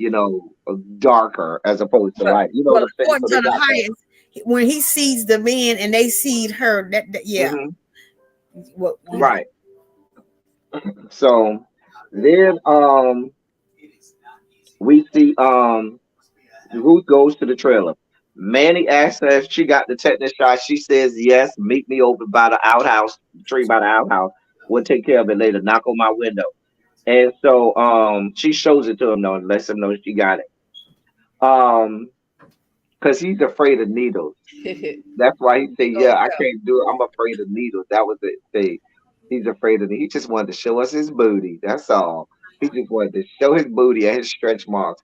Nice looking stretch marks, but stretch marks nonetheless. Y'all ain't see them stretch marks? I might go back and watch that. I didn't see Oh, I stretch. saw. The I booty counted. had stretch Yeah. marks on it. I saw it. I was too busy looking at something else when he was showing. We'll get there. Um, where am I? Okay. At the highest trailer, I'm sorry. Ruth goes in and she gives the meds to the highest, and the highest regains a pulse. He gets his pulse back, and so forth. River still don't know what to do. River's still out of sort. Why are you here, River? Why are you? He could have stayed with Joan because you're of no help, River. Right. None at all. None. But that's our boy. I'm gonna give him to you, Tika. Tika, you can have River. That's your. Actually, I can have River because if you follow River's Instagram, whew, Jesus God,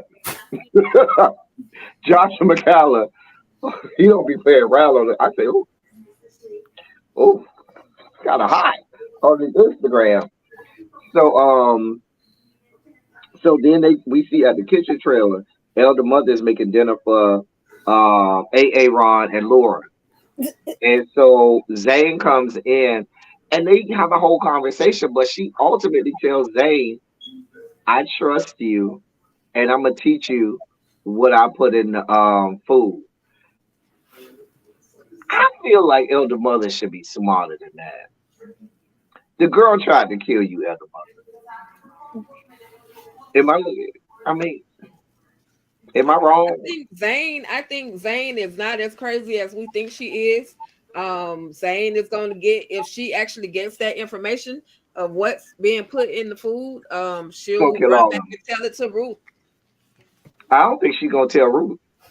I think if anybody makes it out, it's gonna be Malcolm and Zane. They're gonna be the two that make it out. Zane gonna have her own cult. She gonna call herself the highest. Why? She gonna end up having her own cult. Play around with that'd be a good ending. Wouldn't that be a good plot twist at the end? She kill everybody and then start her, and then we see her a few years later with her own cult. That'd be a Yeah. cute plot twist. Tyler, if I see that at the end, you make sure you run me my coins. Run me my money. Okay. So um back at the highest trailer, Ruth makes River stay with the highest until he comes to, and then she leaves. When she leaves, she tells Manny to meet him by the outhouse. Meet her by the outhouse so she can shoot him up in the booty. Well, she didn't tell him that, but she said meet me by that. Knock on my door. I mean my window. Um, and I'll come out by the outhouse. And then she gives him back the keys because he said, "Where's the keys?" And she gives him back the keys, but we see she kept I think two keys. I think it was Mm-hmm. two keys. What do y'all think she's going? What do y'all think those are keys to?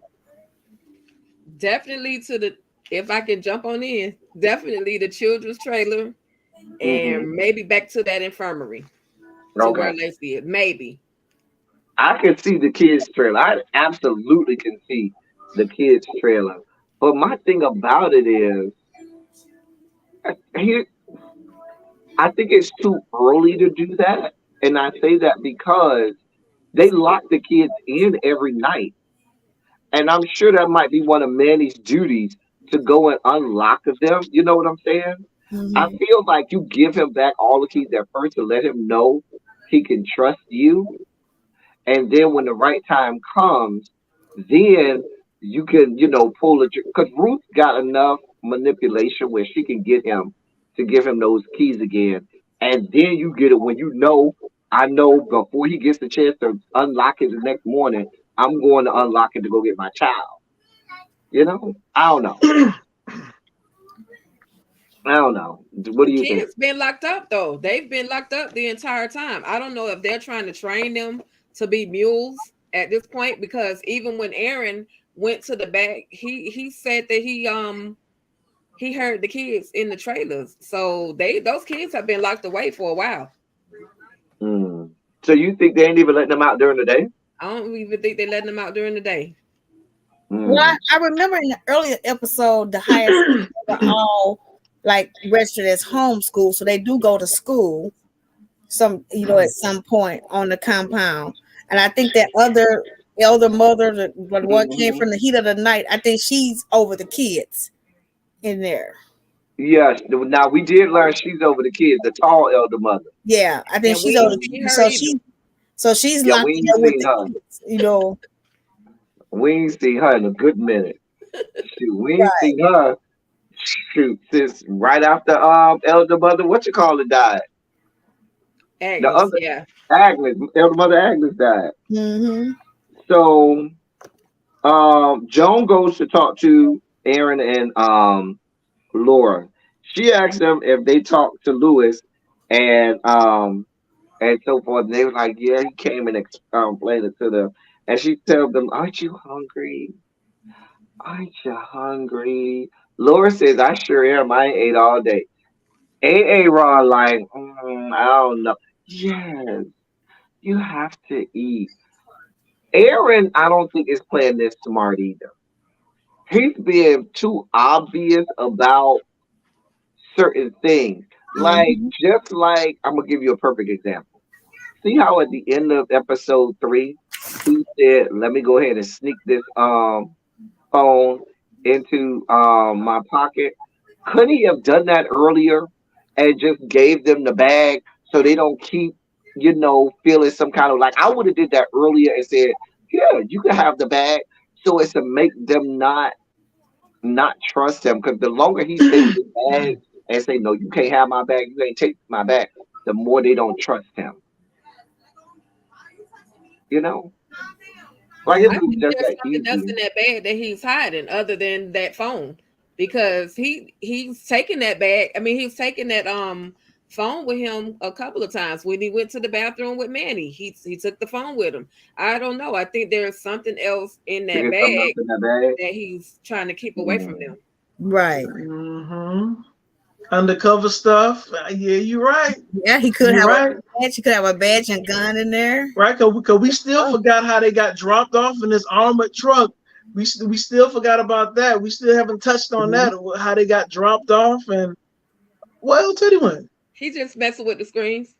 And remember he said that he was a paramedic too. That's why because remember he tried to stitch Manny up and told him he needed a tetanus shot. Great cover story, and it seems like he's not really a good paramedic. It seems like a cover story, and he just happened to knew how to do a little something. Because for some reason, I feel like he wasn't sure. You know what I mean? He just kind of did a little something to help him out, but I don't even think he's a real paramedic. I just think he just got some basic training. You know what I mean? It came off as some basic training that all officers know how to do. Right. I don't know, Tika. Now I'm thinking about how he got dropped, or how they got dropped off in that mysterious truck, right? Armored car. Yeah, I forgot about that. Wire in there. He absolutely could have a wire in there. Right. And then why come the people at the gate didn't force the people in the armored car to get out?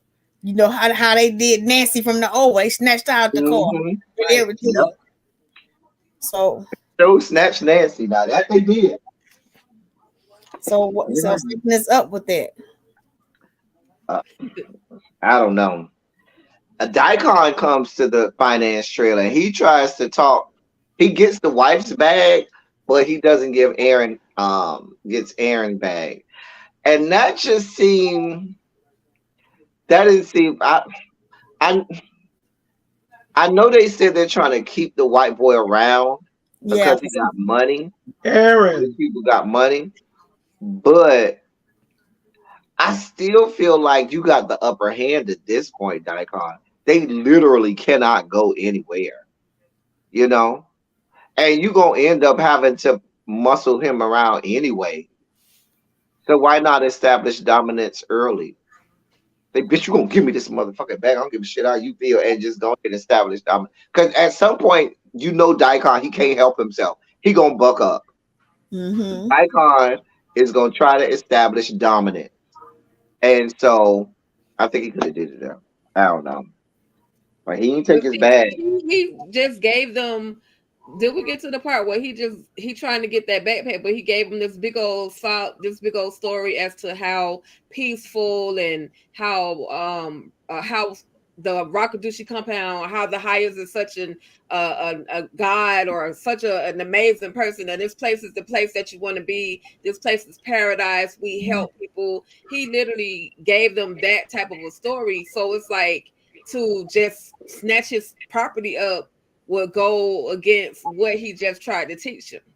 So he's trying to make it seem as if, okay, when he's ready to give up that particular backpack, he'll do it on his own free will. It'll make it seem as if it's his free will. When in actuality, we know that's not who the Rakadushi are. Yeah, because I'm like, people don't have free will here. But I guess if they trying to woo him in, we'll see. Um, Next thing we see is okay. I lost my place. Okay. We see they're at the highest trail again. The highest wakes up. He say he cold. River put a blanket on him. The highest asks, where did that last match come from? And River says he don't know. He said, listen, go get Daikon. Daikon will tell me where it comes from. And so River leaves to go get Daikon. And Daikon's at the pavilion. That's when he's talking to the couple about how great it is and how he healed somebody right there and so forth. And they're at the pavilion, and Daikon tells River, "Listen, I'll be there in a second." But then they had a very interesting conversation. This is where they get into the whole Daikon tells River, "Hey, I used to be you. I only let you live because I know he loves you and he fuck your ass up. He beat your ass. I used to get my ass beat until I started letting bitches like you get y'all ass beat." And I was like, oh, another piece of the puzzle. And he really opened up and he said, I can't wait till he find him a new piece so I can get rid of your ass. That's interesting. But I think Daikon was reaching out to River and let him know this ain't going nowhere. You gonna get your ass whooped until we find the next one. And then at that point I could off you anyway. So decide which one you want. You can be offed or you can get your ass beat. Which one? I feel bad for River right there. I did. I did kind of feel bad for River. I did. Any commentary about that scene right there? Because I thought that was a real important scene. No, not. I mean, I didn't see it that way. I just saw it as Daikon being messy. Um, that's all I saw. Because you don't like Daikon. No, it's not. No, it's not about that. It's just, I mean, they, Daikon and the highest go back to wasn't they in jail together? Yeah, but Daikon has So, no reason to give no, River that kind of information about himself. it wasn't no information. He was He just said he no. told him he used to get his ass whooped. I think Daikon was just being messy because Daikon's history with the highest is totally different from the history that River has with him. So they had different beginnings. I think Daikon was being We messy. don't know that. We don't know I that. said I think. I said I think. I don't know. Oh. I said I think. Well, Daikon did say that he calls for everybody to come to him but me. So I think Daikon is feeling some type of way and feeling jealous or something because he'll call for He Ruth. probably was River at one point. Yeah, he'll call for River and Ruth, but he's not calling for him to be with highest for him to be with him.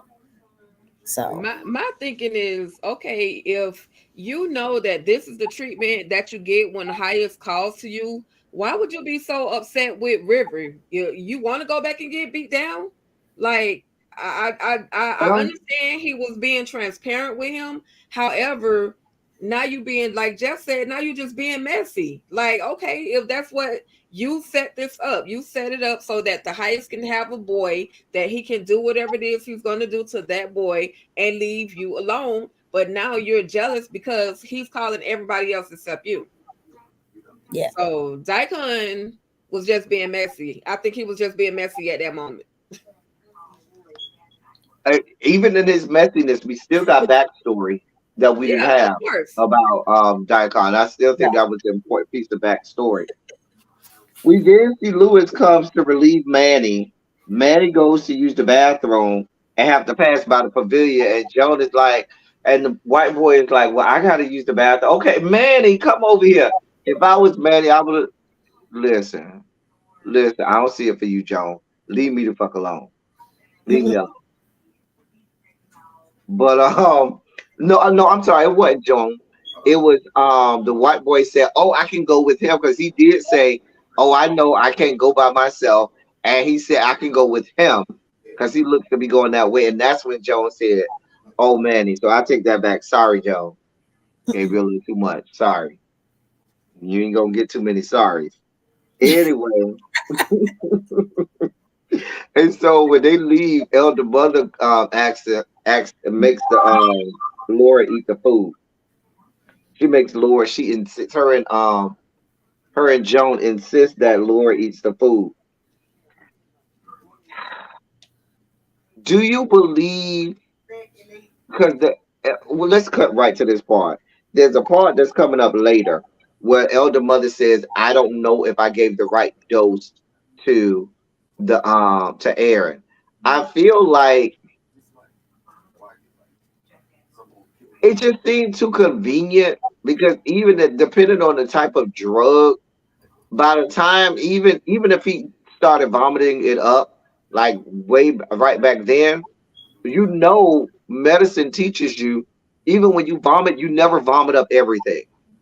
Everything's not going to get vomited up. The other part is if she does the drugs like we saw her do that next morning with the breakfast and just throw it on top of there, it stands to reason that that drug could have been ingested before the rest of the food was. You see what I'm saying?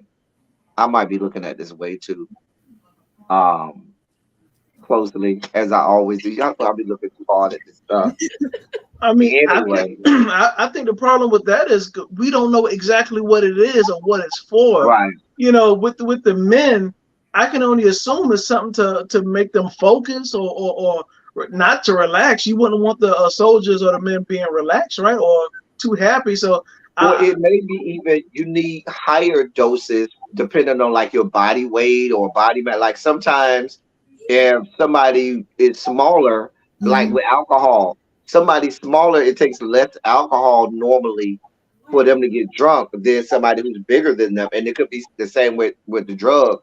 Obviously, the husband's going to be a lot bigger than the wife, and so it may take more of it to cause whatever effect. No.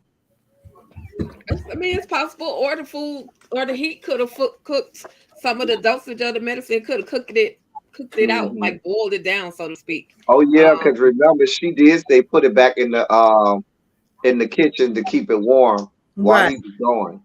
right. Yeah, yeah. Um, so Manny and Aaron go to the bathroom. Aaron trying to do everything to get Manny to go away. Manny ain't here for it. Manny don't want to. Oh, how about we talk, baby? I don't want to talk to you. Well, can I? I need to do this by myself. You're not doing it by yourself. All that Aaron did to help him sewing you back up meant nothing. Aaron Mhm. looked at him like, bro, we ain't friends. I ain't trying to talk to you. Leave me the fuck alone, shit, so we can keep going. Now it would have been. Now Aaron ain't the smartest. He's not the sharpest tack. All Aaron is focused on is his pain. So I know he ain't paying attention. But it would have been real skeptical to me and real suspect. As soon as you should sit down, oh, I guess I'm done. Bitch, you wasted all my time like this for you to go and do that. Like, Yeah, he didn't even pee a second. it don't work like that. The factory don't work that fast. Now the factory can work fast, but not that fast. I'm just saying. Anyway, River goes to Ruth's trailer. And he tells her that the highest is woke up and didn't remember anything. River tries, tries them little crocodile tears to try to, make Ruth feel sorry for her. Ruth don't be having it. Ruth be like, get over it. Pull yourself together. Get Right. over it. Get your life in order. I don't be mad at Ruth. Even though sometimes Ruth be on my bad side, but 80% of the time, me and Ruth be right here.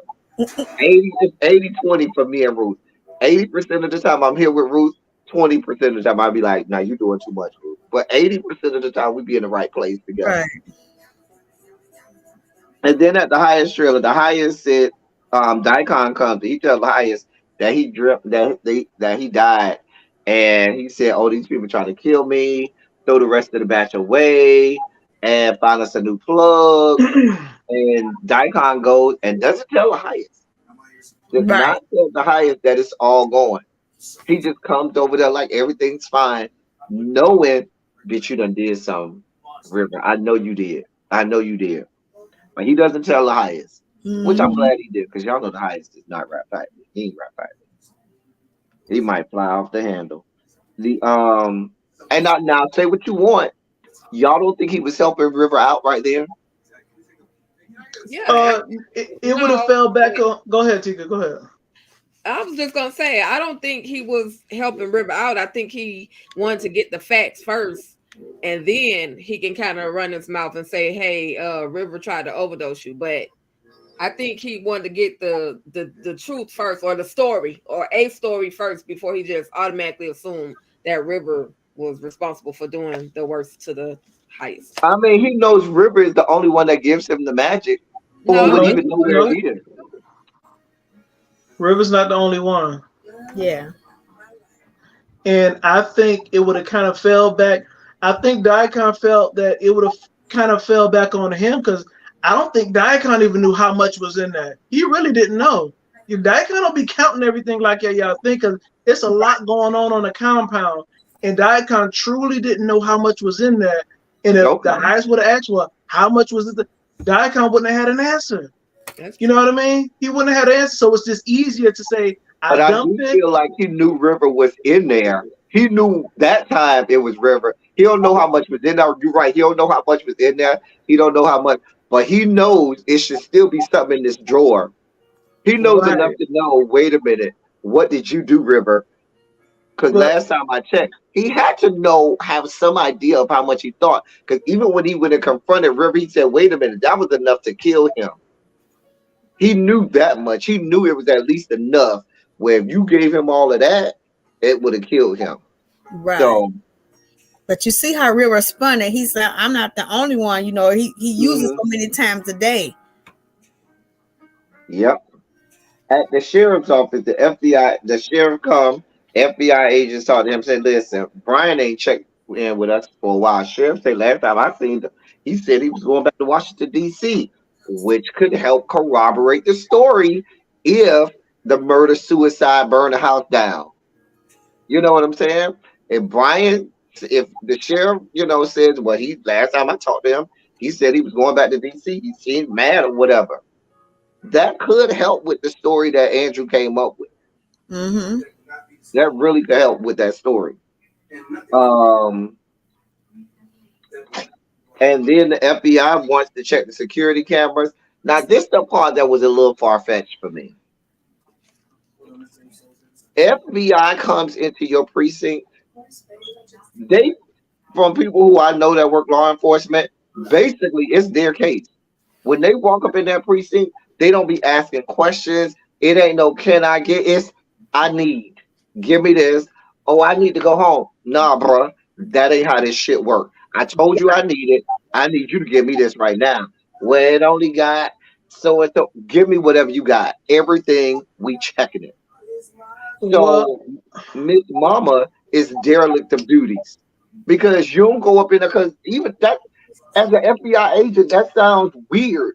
You telling me it's only a day, and then, "Oh, but I gotta go home.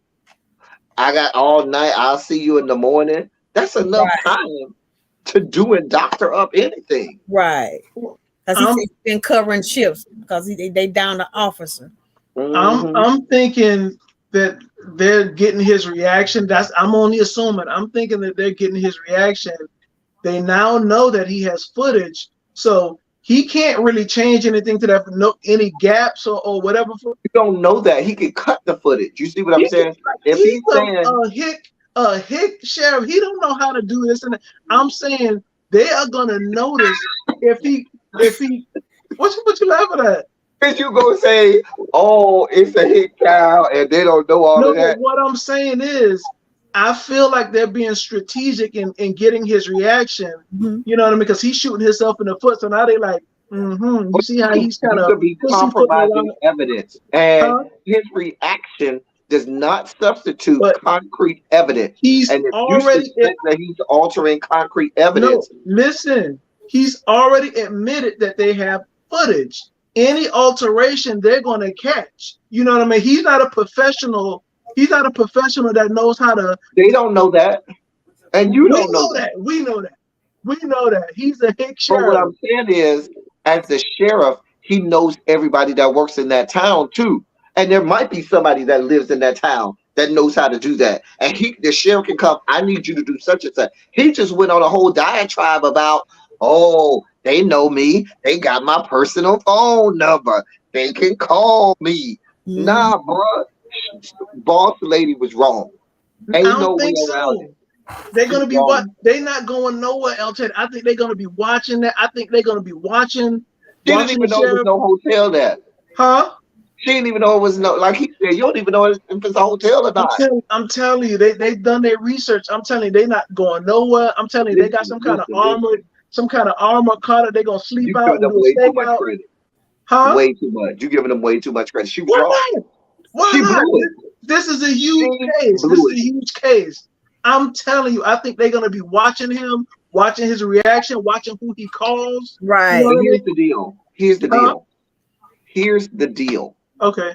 There's no such animal as the FBI coming into that police station and them asking you for something, and that sheriff, police chief, or whoever said, "Oh, well, you got to wait till in the morning."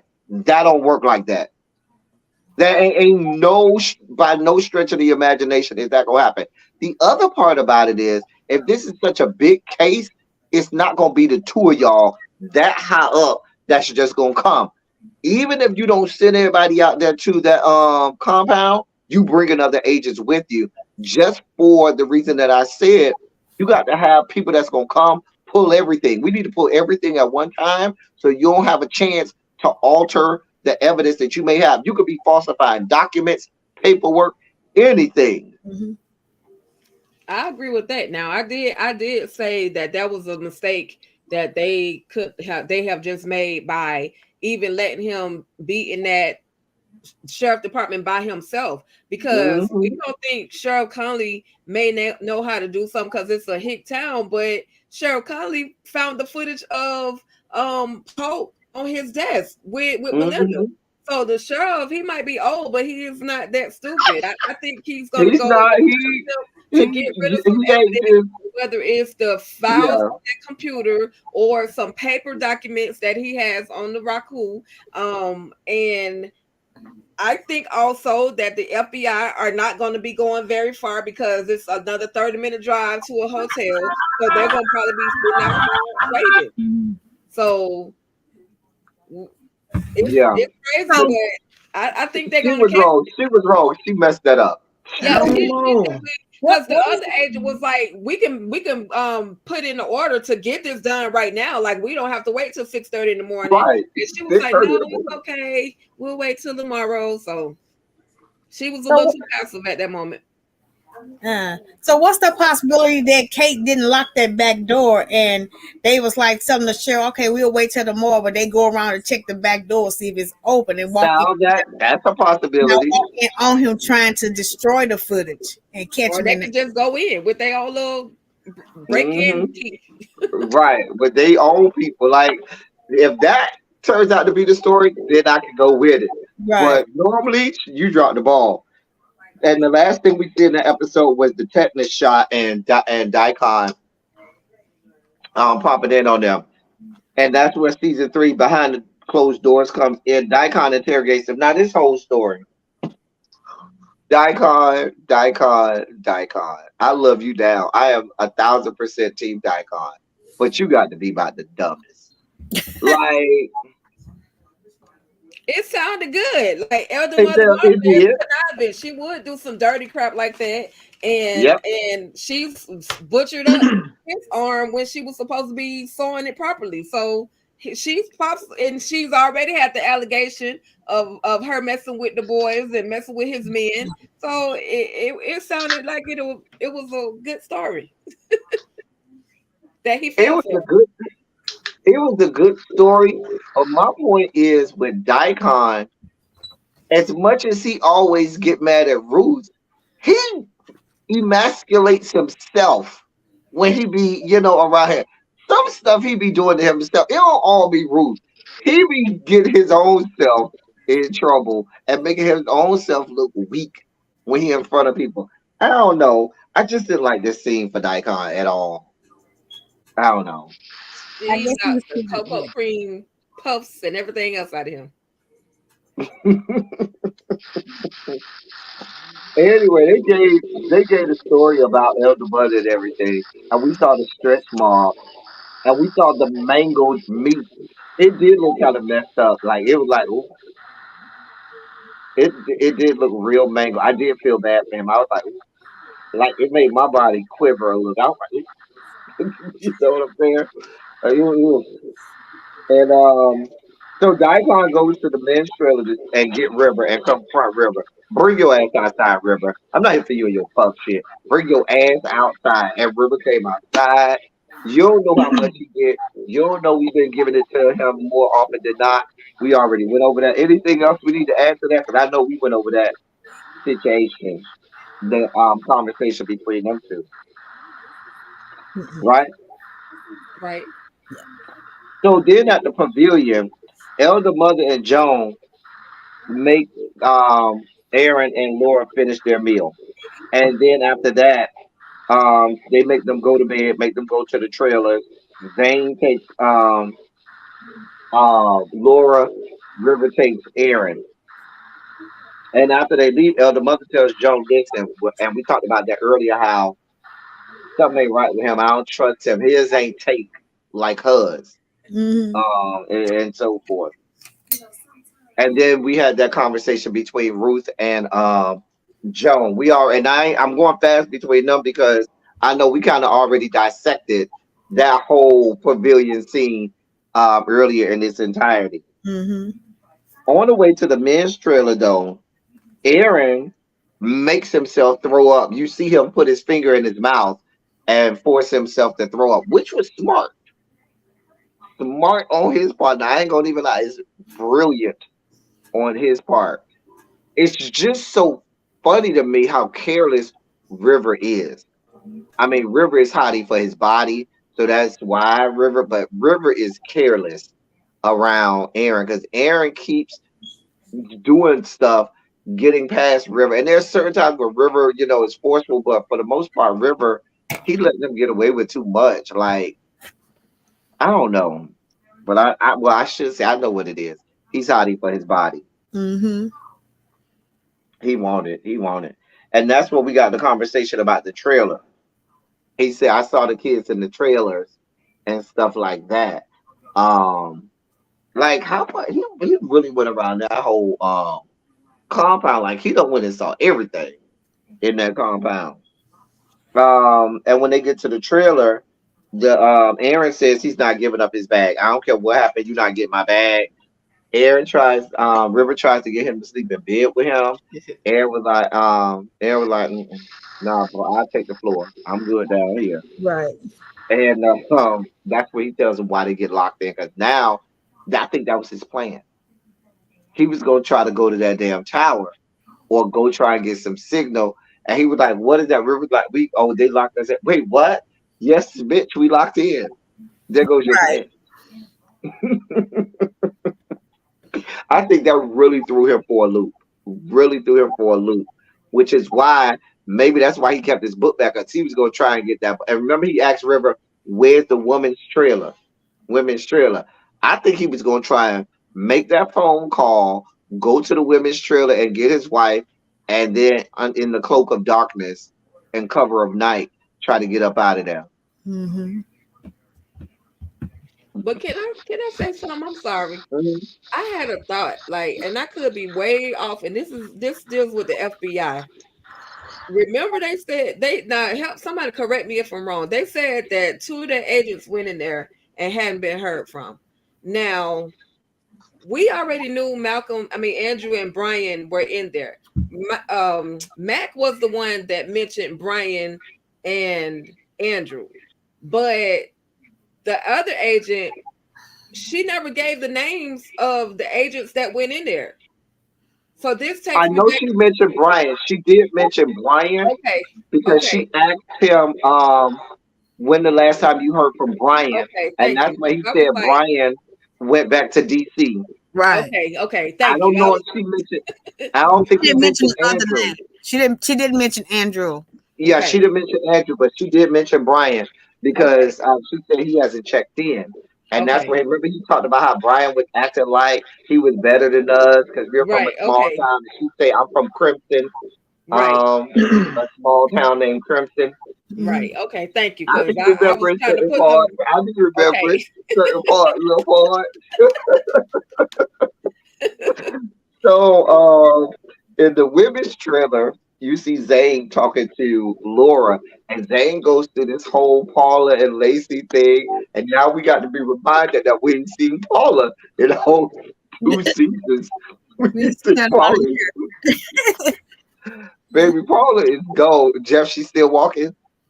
Walking? Yes, because you said she was gonna run out of gas and have to walk, and that's why she ain't back yet. No, I never said she walked. I said she got lost, ran Oh, out she of got lost. gas, and either crashed somewhere or that mysterious van picked her up, found her. I think she got lost on the road because she ain't got no GPS. So late. Mhm. So she tells her all of that and eventually says they graduated to the Raku, meaning they did, they gone. She don't know Lacey's still alive. Right. Yep. She don't know. So and she tries to tell Laura says, well, what happened to them? And Zayda's like, I don't trust you yet. Right. Tells her she didn't trust her yet. Zane, there's still hope for her. I still think she kind of lost it a little bit, but there's still hope for Zane. There's Zane's hope I for trying to be the think new best friend. right, and him. I think if Zane catches wind that Lacey is still alive, she's gonna come back a little bit. Because in that little candid Kill Elder conversation, she was Mother. just like, huh? She's gonna kill Elder Mother. I can tell you that right now. What? I'm not even talking. What? Where that came from? Zane, when she finds out Lacey is still alive, she's going to kill Elder Mother. Yeah. Right. No, I'm just saying. I feel like that's gonna bring her back a little bit. She may try and kill her mother, but I feel like whatever craziness she's in, she's gonna feel like, oh, one of my friends are still alive. You know what I She mean? got something to live for. Right. Yeah, Got her friend is back. I Right. see what yeah. you're saying. The next morning, white boy wake up to Aaron. River playing in his hair. He was. He was laid next on the floor, Like a next pup. to the bed, playing in his hair. I'm like, the hell, River, if you don't get your weird ass away, well, Jesus. And River tells him this. We wake up at 5:30 all the time. You know what I'm saying? But you're gonna have to leave that bag here in the trailer. Oh, I'm not. I need to take no, bro. No, bro. Now this, I can't help you. I tried to help you with everything. Bro, this bag, you got to stay. I ain't even getting in trouble like that. And so he made him leave the bag. But like I said earlier, what did he do? He put that phone right in that pocket, Yeah. which I feel like he could have did earlier. He could have eased that phone out at night or something. Like he was going anything. Wait, I lost my place. Oh, okay. And so after that, Manny and Lewis talks at their post, and that's when Manny tells Lewis the whole story that Ruth told Daikon. He say, just in case he asks you, this is what we told him. This is what you say. The elder mother, the bit. Now we know from Clark, elder mother been touching on people since the days of Clark. So I miss Clark. They need to bring Clark back. Clark is dead, just like Oliver. I mean, if Lacey can come back, Clark can come back. I don't know. I feel like I like how y'all like the new Lewis. I feel like he's got a bit of a comical side. He's getting some dialogue. I like this character a little. He's one of the better soldiers to me as far as I think he has better acting skills than the previous. Like it feels more natural. Yeah, with him. The dialogue with old Lewis. Not that he's not a good actor, but this actor, it just feels more. It feels like he's more into the groove. Where with the other Lewis, I felt like he was reading his lines in his head. Like I felt like he was going through his lines with somebody instead of truly, embracing and acting the part. Yes. I mean, it doesn't hurt that this Lewis is cuter than the other Lewis to me, but that's just another. Not even talking about that, Tika. We need to set up. We want to meet the new Lewis. I got y'all covered. Huh? I got y'all covered. Yeah, because like usually I don't be paying attention to the soldiers, but he has some comical. Because I know you're gonna have an interview. I'm waiting for this good interview. I already know you can have this good interview. Right there. Yeah, because she got you good, didn't she? Oh, I know she goes. She gonna have, and that's what I was gonna say. I think they gave him more. The other Lewis, he didn't have much conversation.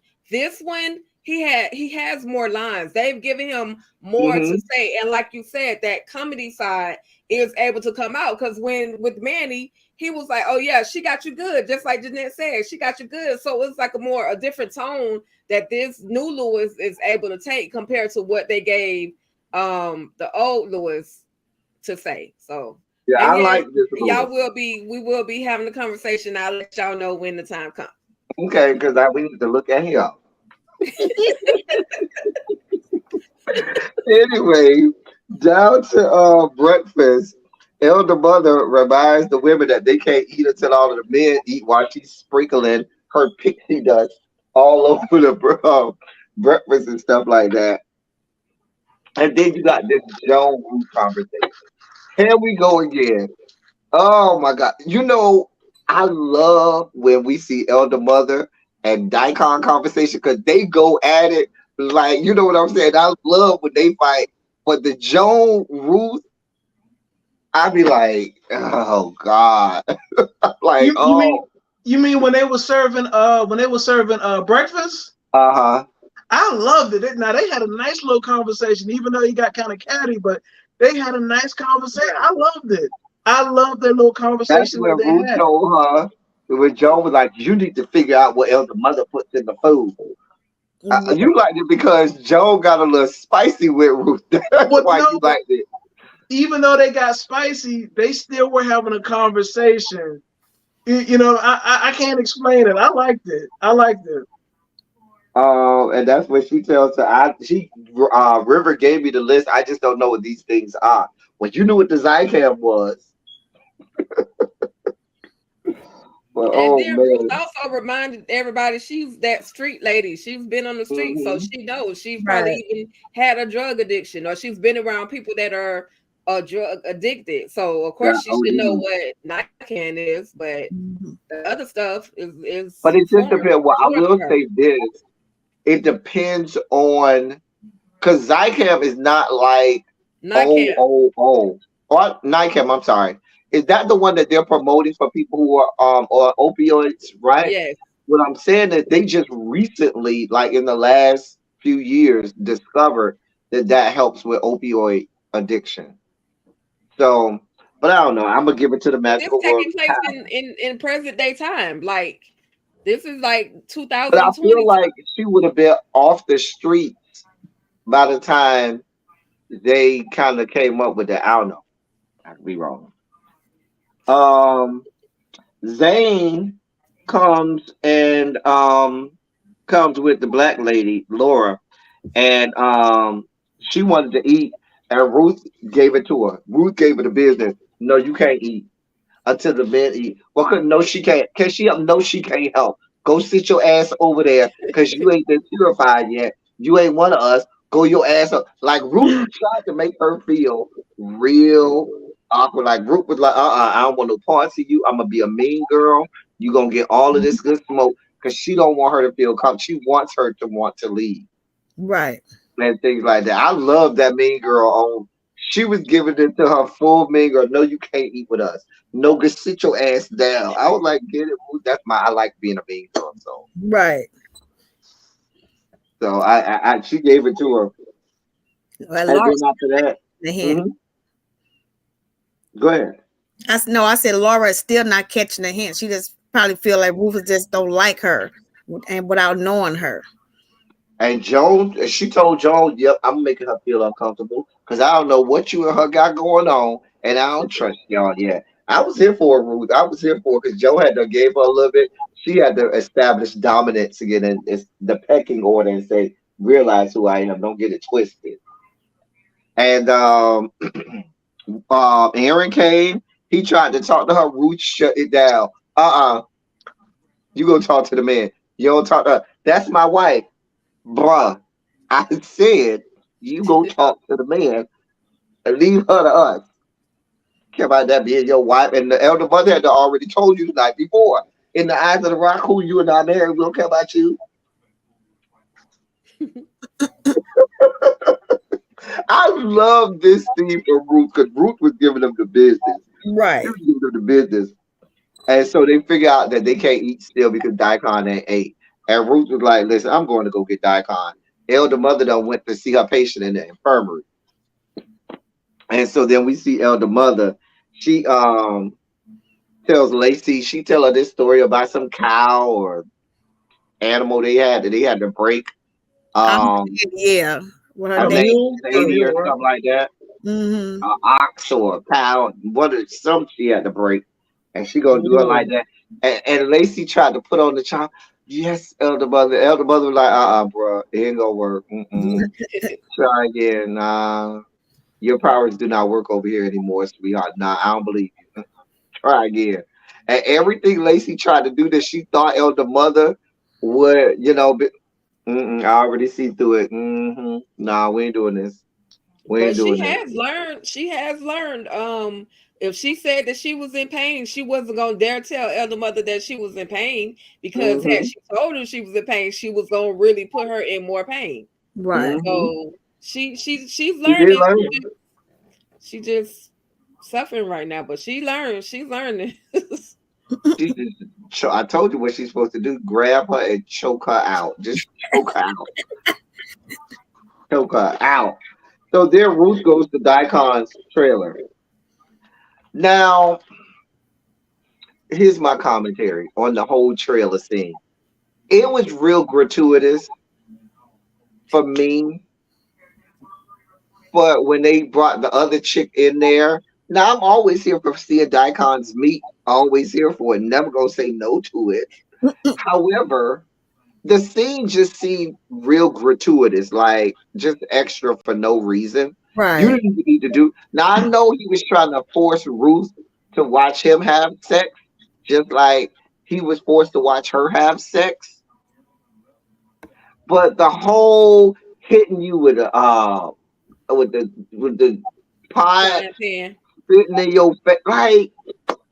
But he was choking her. He had grabbed her, so she had I to. thought that came after she hit him with the frying pan. Oh no, she hit him with the frying pan while he was being choked. Okay. Like I mean, go ahead. I'm sorry. No, I don't have nothing else. We saw Ruth. Ruth had to watch him fuck the other girl and made the other girl leave and so forth. This was an uncomfortable scene for me in the trailer. I don't know why. I just didn't like it. And y'all know I'm always here for the meat. He was. I'm gonna do you. Her like she was doing him when she was with the highest. Exactly. Yeah, trying to let her see how it feel. And she act like she got semi-jealous the way, even though it may have been real or whether it was real or not, she was still a little jealous. Like her attitude was like, you're not going to disrespect me with any other female. I'm going to turn my back and let you do what you do with the highest. But when it comes to other women, you will not be doing that with other women while I'm here. So she seemed like she was in a little bit of her feelings too, and she had to establish dominance. Mm-hmm. Yeah, she showed Yeah, slack all of them. she did slap him. She did slap him. She bust him in the head. I mean, I And ain't he seen no liked it. hickey or nothing. We'll Gee, see next episode whether or not there's a hickey. Because if you get busted in the head with a cast iron skillet, there should be a hickey somewhere. A He had knot an on your afro. head somewhere. yeah. That Chuck go through that afro. So, and after that, Ruth walks out, and there's the highest. Ain't nothing gonna come of it. I ain't even worried about the highest feeling no kind. Because the other chick just rolled up out of there, putting her clothes back on. I think the I don't highest know. gonna take it out on Daikon. You think so? He Yep. does take everything out on Daikon. He is real mean to Right. Daikon for no reason. You know, Ruth gonna get out and she's gonna like, look, the women can't eat because he hasn't eaten, and we trying to get him to eat. Mm-hmm. You know, we have women expecting, including myself, and I can't eat until he eats. Mm-hmm. That's the blueprint right there. That's what he's Right. gonna do. That's exactly what she's gonna do, Jeanette. Mhm. I haven't seen. Did they have a trailer for next episode? They don't do a trailer. They just give you one big trailer in the beginning of the season, but they never Yeah. give a next Yeah. Okay, a trailer for the so we next don't know what's episode. gonna happen. So we just gotta wait and see. Okay, and predictions about what's gonna happen next episode. Yeah. Tika, what's your predictions for next episode? Aaron is gonna get in trouble because he gonna get caught doing something. Aaron is gonna get in trouble, and I feel my prediction in regards to Ruth and Daikon. Daikon is gonna try to Ruth is gonna try to give one of her stories to the highest, but the highest is gonna still be a little jealous because of the fact that she's in the trailer with Daikon, and I think he's gonna take some form of punishment out on Daikon. So if you looked at the cap or the picture on the last episode, there's like a picture of the highest standing over Daikon, and Daikon looks like he's on the ground. That's why I feel like the highest is going to take out some punishment on Daikon on the next episode. Daikon, poor Daikon, he be having to deal with all of this foolishness, and he don't be doing nothing. But my thing is, does Daikon believe that the Raku is real, or is he part of the scam with him? You know. Daikon want that money. Daikon know what it is. Daikon been there since day one. Daikon, that's why when they went to that bank, Daikon was like, no, I'm going to this bank too, bruh. I'll be right there with you. Right.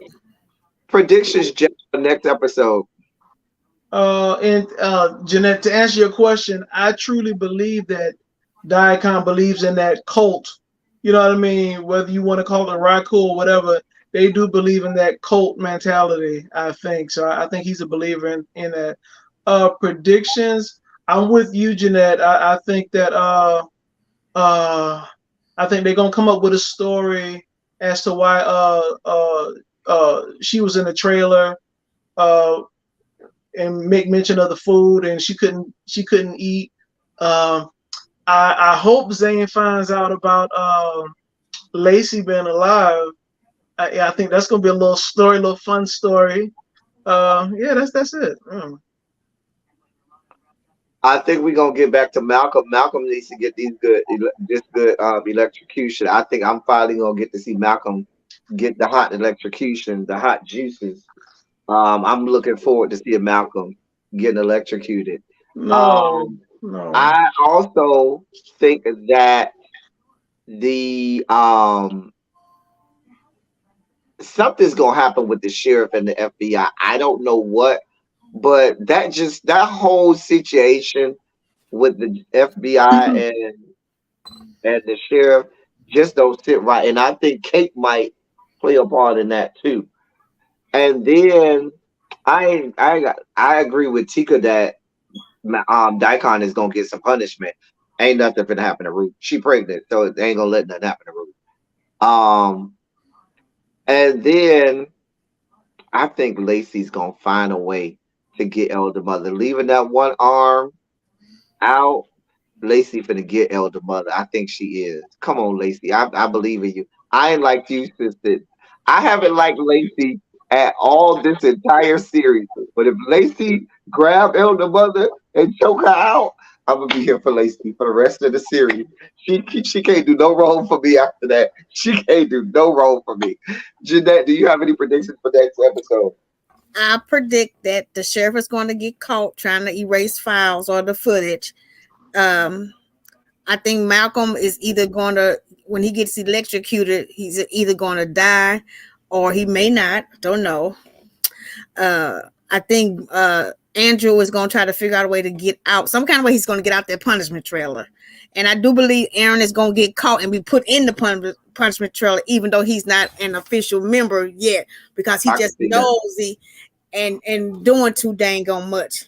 And Laura, and I think Laura is going to be hit with the pixie dust and going to be done the same way how they did Lynn when Lynn first came to the compound and stuff, and they drugged her and she went home with this good feeling and stuff. Yeah. Okay. Well, we'll see. Next episode comes out on Thursday, so we'll see what happens. Also, let me give everybody a chance to give all of their socials and tell people how they can meet you. Start with you, Jeanette. Telling people how they can see you, or if it's just here, that's fine, or where they can find you. What you got going on? Sure, they can look me at Facebook under Jeanette Rankins. That's me on Facebook. I just started my own business called Jeanette's Custom Gift Baskets and Beyond.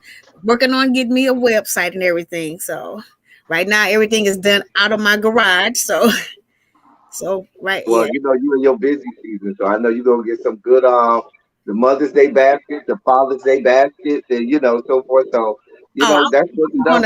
I'm knocking the basket game out. I'm coming out with something totally different from everybody else. I had a lot of copycats, but this year they gonna be like, "What the? We didn't see this one coming." No. Okay. Well, certainly next time you come on, if you could maybe have one you can show it to people so they can see it, and then I'll get your information and I'll put it in the description box. Okay. Jeff, what you got going on? How do people find you? Oh, on Ruthless Review on YouTube, and also my Facebook group, Ruthless / everything else. and don't forget that me and Tika gonna take 5 minutes afterwards to talk Zatima. Go ahead. Yeah, give a don't go nowhere because they still got to talk to Zatima. Tika, tell the people how to find you and what you got going on. Always a lot. I know you always got a lot going on. Well, you guys can find me everywhere, all things Ruthless, as well as on Facebook, Tyler Perry's Ruthless Fans, on Instagram at Original TP Ruthless Fans, as well as on Twitter at TP Ruthless Fans. Your girl got a little music coming out. I got a book coming out. I have more Ruthless cast members or background actors interviews that I will be doing. I'm also a part of another panel where we discuss the Ruthless Roundtable. We talk all things Ruthless as well. I ain't gonna invite me over there sometime. I just got a lot going on. You can invite me over there to that panel sometime, so I'll have to do all the heavy lifting. I'm gonna talk to the team and let them know when can we, add some more people to the. Because we can get up to 10 people. We can get up to 10 people on here. Yeah, I know. I got you. But I got a boss over there, Vacay JTV. If y'all have not heard of him, make sure you go and check him out. But yeah, that's what I heard of him. Has going on. So okay. Cool. He's y'all everywhere. Know what y'all know what I got. And Ruthless TV Reviews. She's a part of it as well. So okay, cool. Yeah, we got y'all covered though. So I'm gonna be quiet and I'm gonna let the two people come up. Jeanette, we're gonna go to the background a little bit, let them talk all things Zatima. 1, 2, 3, go. Oh man. You got it. So excited. Oh my goodness. Oh my goodness. So guys, so we using L Teddy's platform, and I know you see all the Ruthless stuff in the back, but we're gonna talk some Zatima, and I got Tika Deshaun with me because L Teddy, he doesn't watch the show. All right. So it's a lot of it's 2 seasons, it's a lot to catch up on, but what I'm gonna focus on is it's a classic spinoff from Sisters. So for people who don't know, he changing the background. It is starring Fatima. What her real name is, Crystal Hayslett. Correct, Crystal Hayslett. Yep. Yeah, and then we got Zach. What's his real name? Duvall Ellis. Yep. All right. So boom. So the background, Fatima, she was like a secretary or intern working under Andy on Sisters, and Zach, he worked in the airport, nothing special, and he got a good he got some stocks, a good stock tip, and he got thousands of dollars, I believe. Oh, was it a million? Millions of dollars. So now he bought a house. Fatima and Zach are living together now, and then now we have a whole new cast. So I want to talk about how do we feel about the new cast members. So we're gonna go down the list. So we got Deja. She's a neighbor that flirts with Zach. She really shouldn't have been his neighbor, but what do you think about her? I think Deja is a plant. Somebody sent her to meet up and try to interfere in the relationship of Zach and Fatima. That's what I like her character because she brings the extra comedy side to it, if you know what I mean. But yeah, I think she's sent by, it could be Hayden or somebody that's sent her there to break up that relationship because she's so focused on breaking the two of them up.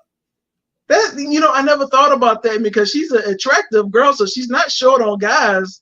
She got her own money. Right. You make a good point.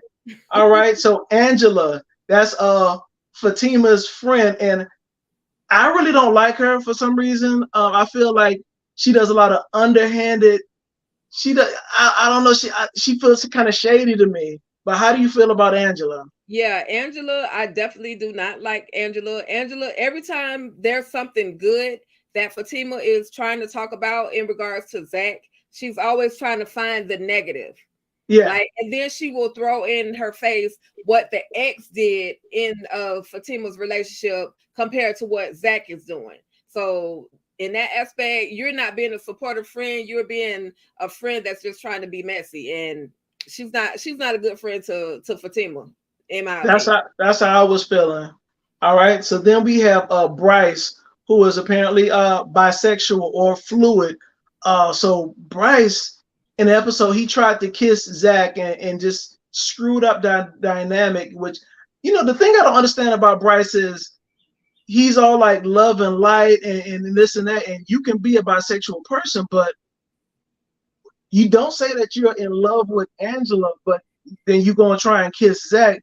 It's really weird. And then he kind of got jealous when she was with someone else. So I really don't understand his character. What do you think? I just feel like Bryce should have communicated what he really felt to Zach, allowed Zach to make the decision. Hey, no, I don't. That's not my MO, or hey, let me try it. You know what I mean? But he kind of like forced himself on Zach as opposed to just telling him straight up, this is who I am. This is what I like. So he basically ruined the dynamic that they had, which was an amazing business that they had established together. Right, and I think he represents bisexual or fluid people in a bad. He cast a negative light. You know what I mean? So now you got people that's straight thinking that. See, that's why I don't mess with people like that in the first place, because I don't trust something like that. You know what I mean? Right. I don't know.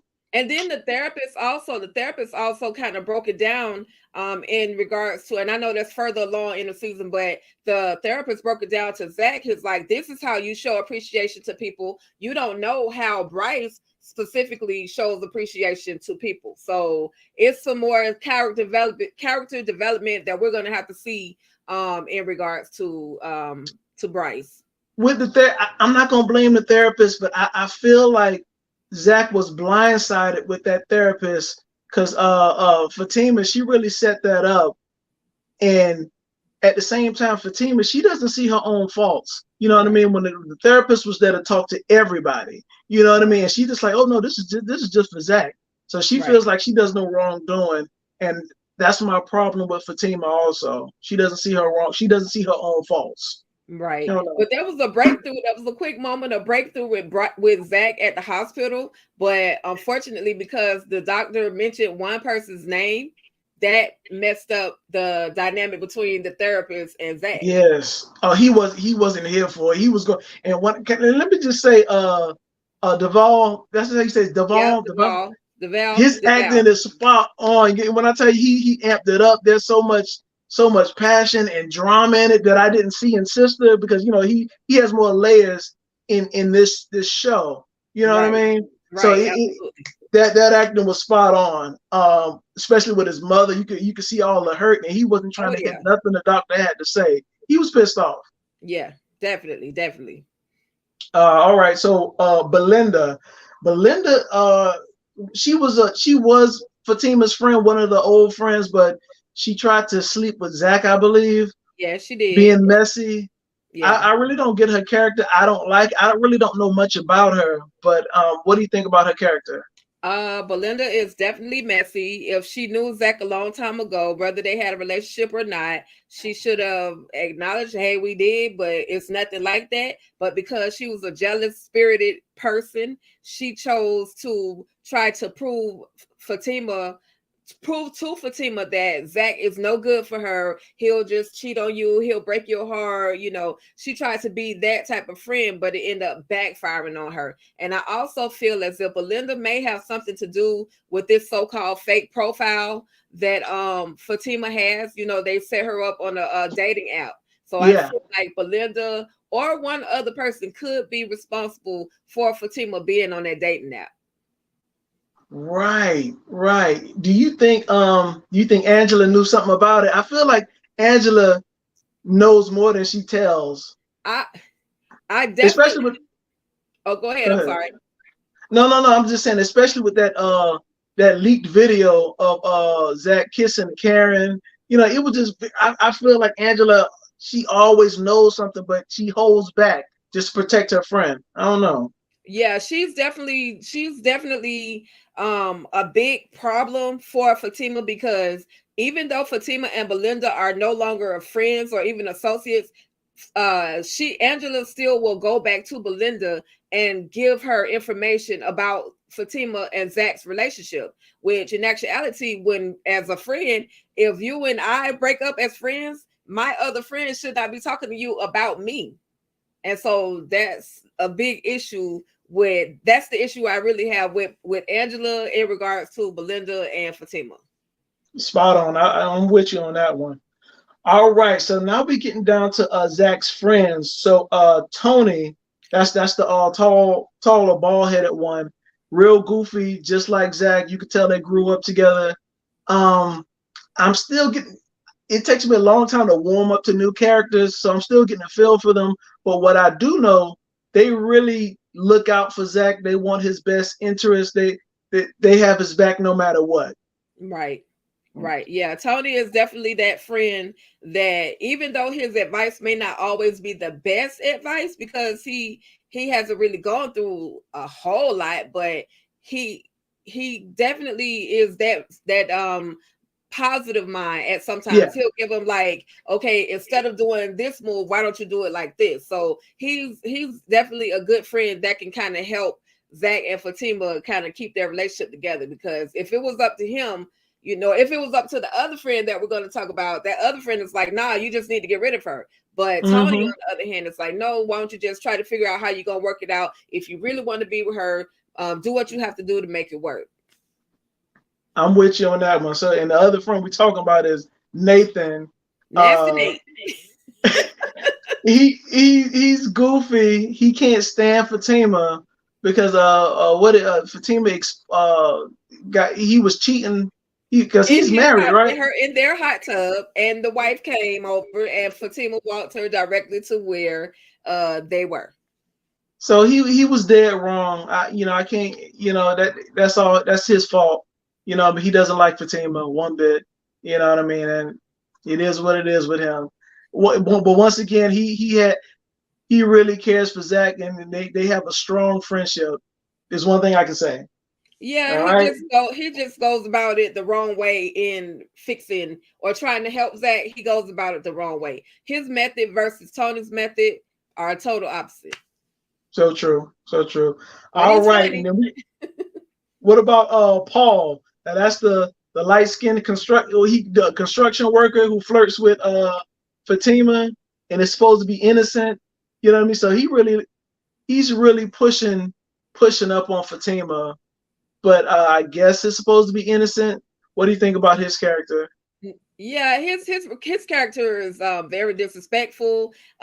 He's temptation. I don't know if somebody specifically put him in place to be temptation towards Fatima or to just straight up make Zach mad.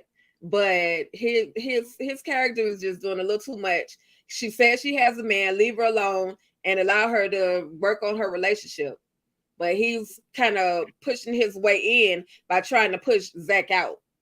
Exactly. And this is somebody who he doesn't know, didn't grow up with, you know what I mean? Usually if you meet somebody off the street and they say back off, that's it. You know, you got no skin in the game, but it seems like he's pushing really hard for some reason. Right. Is it Aiden?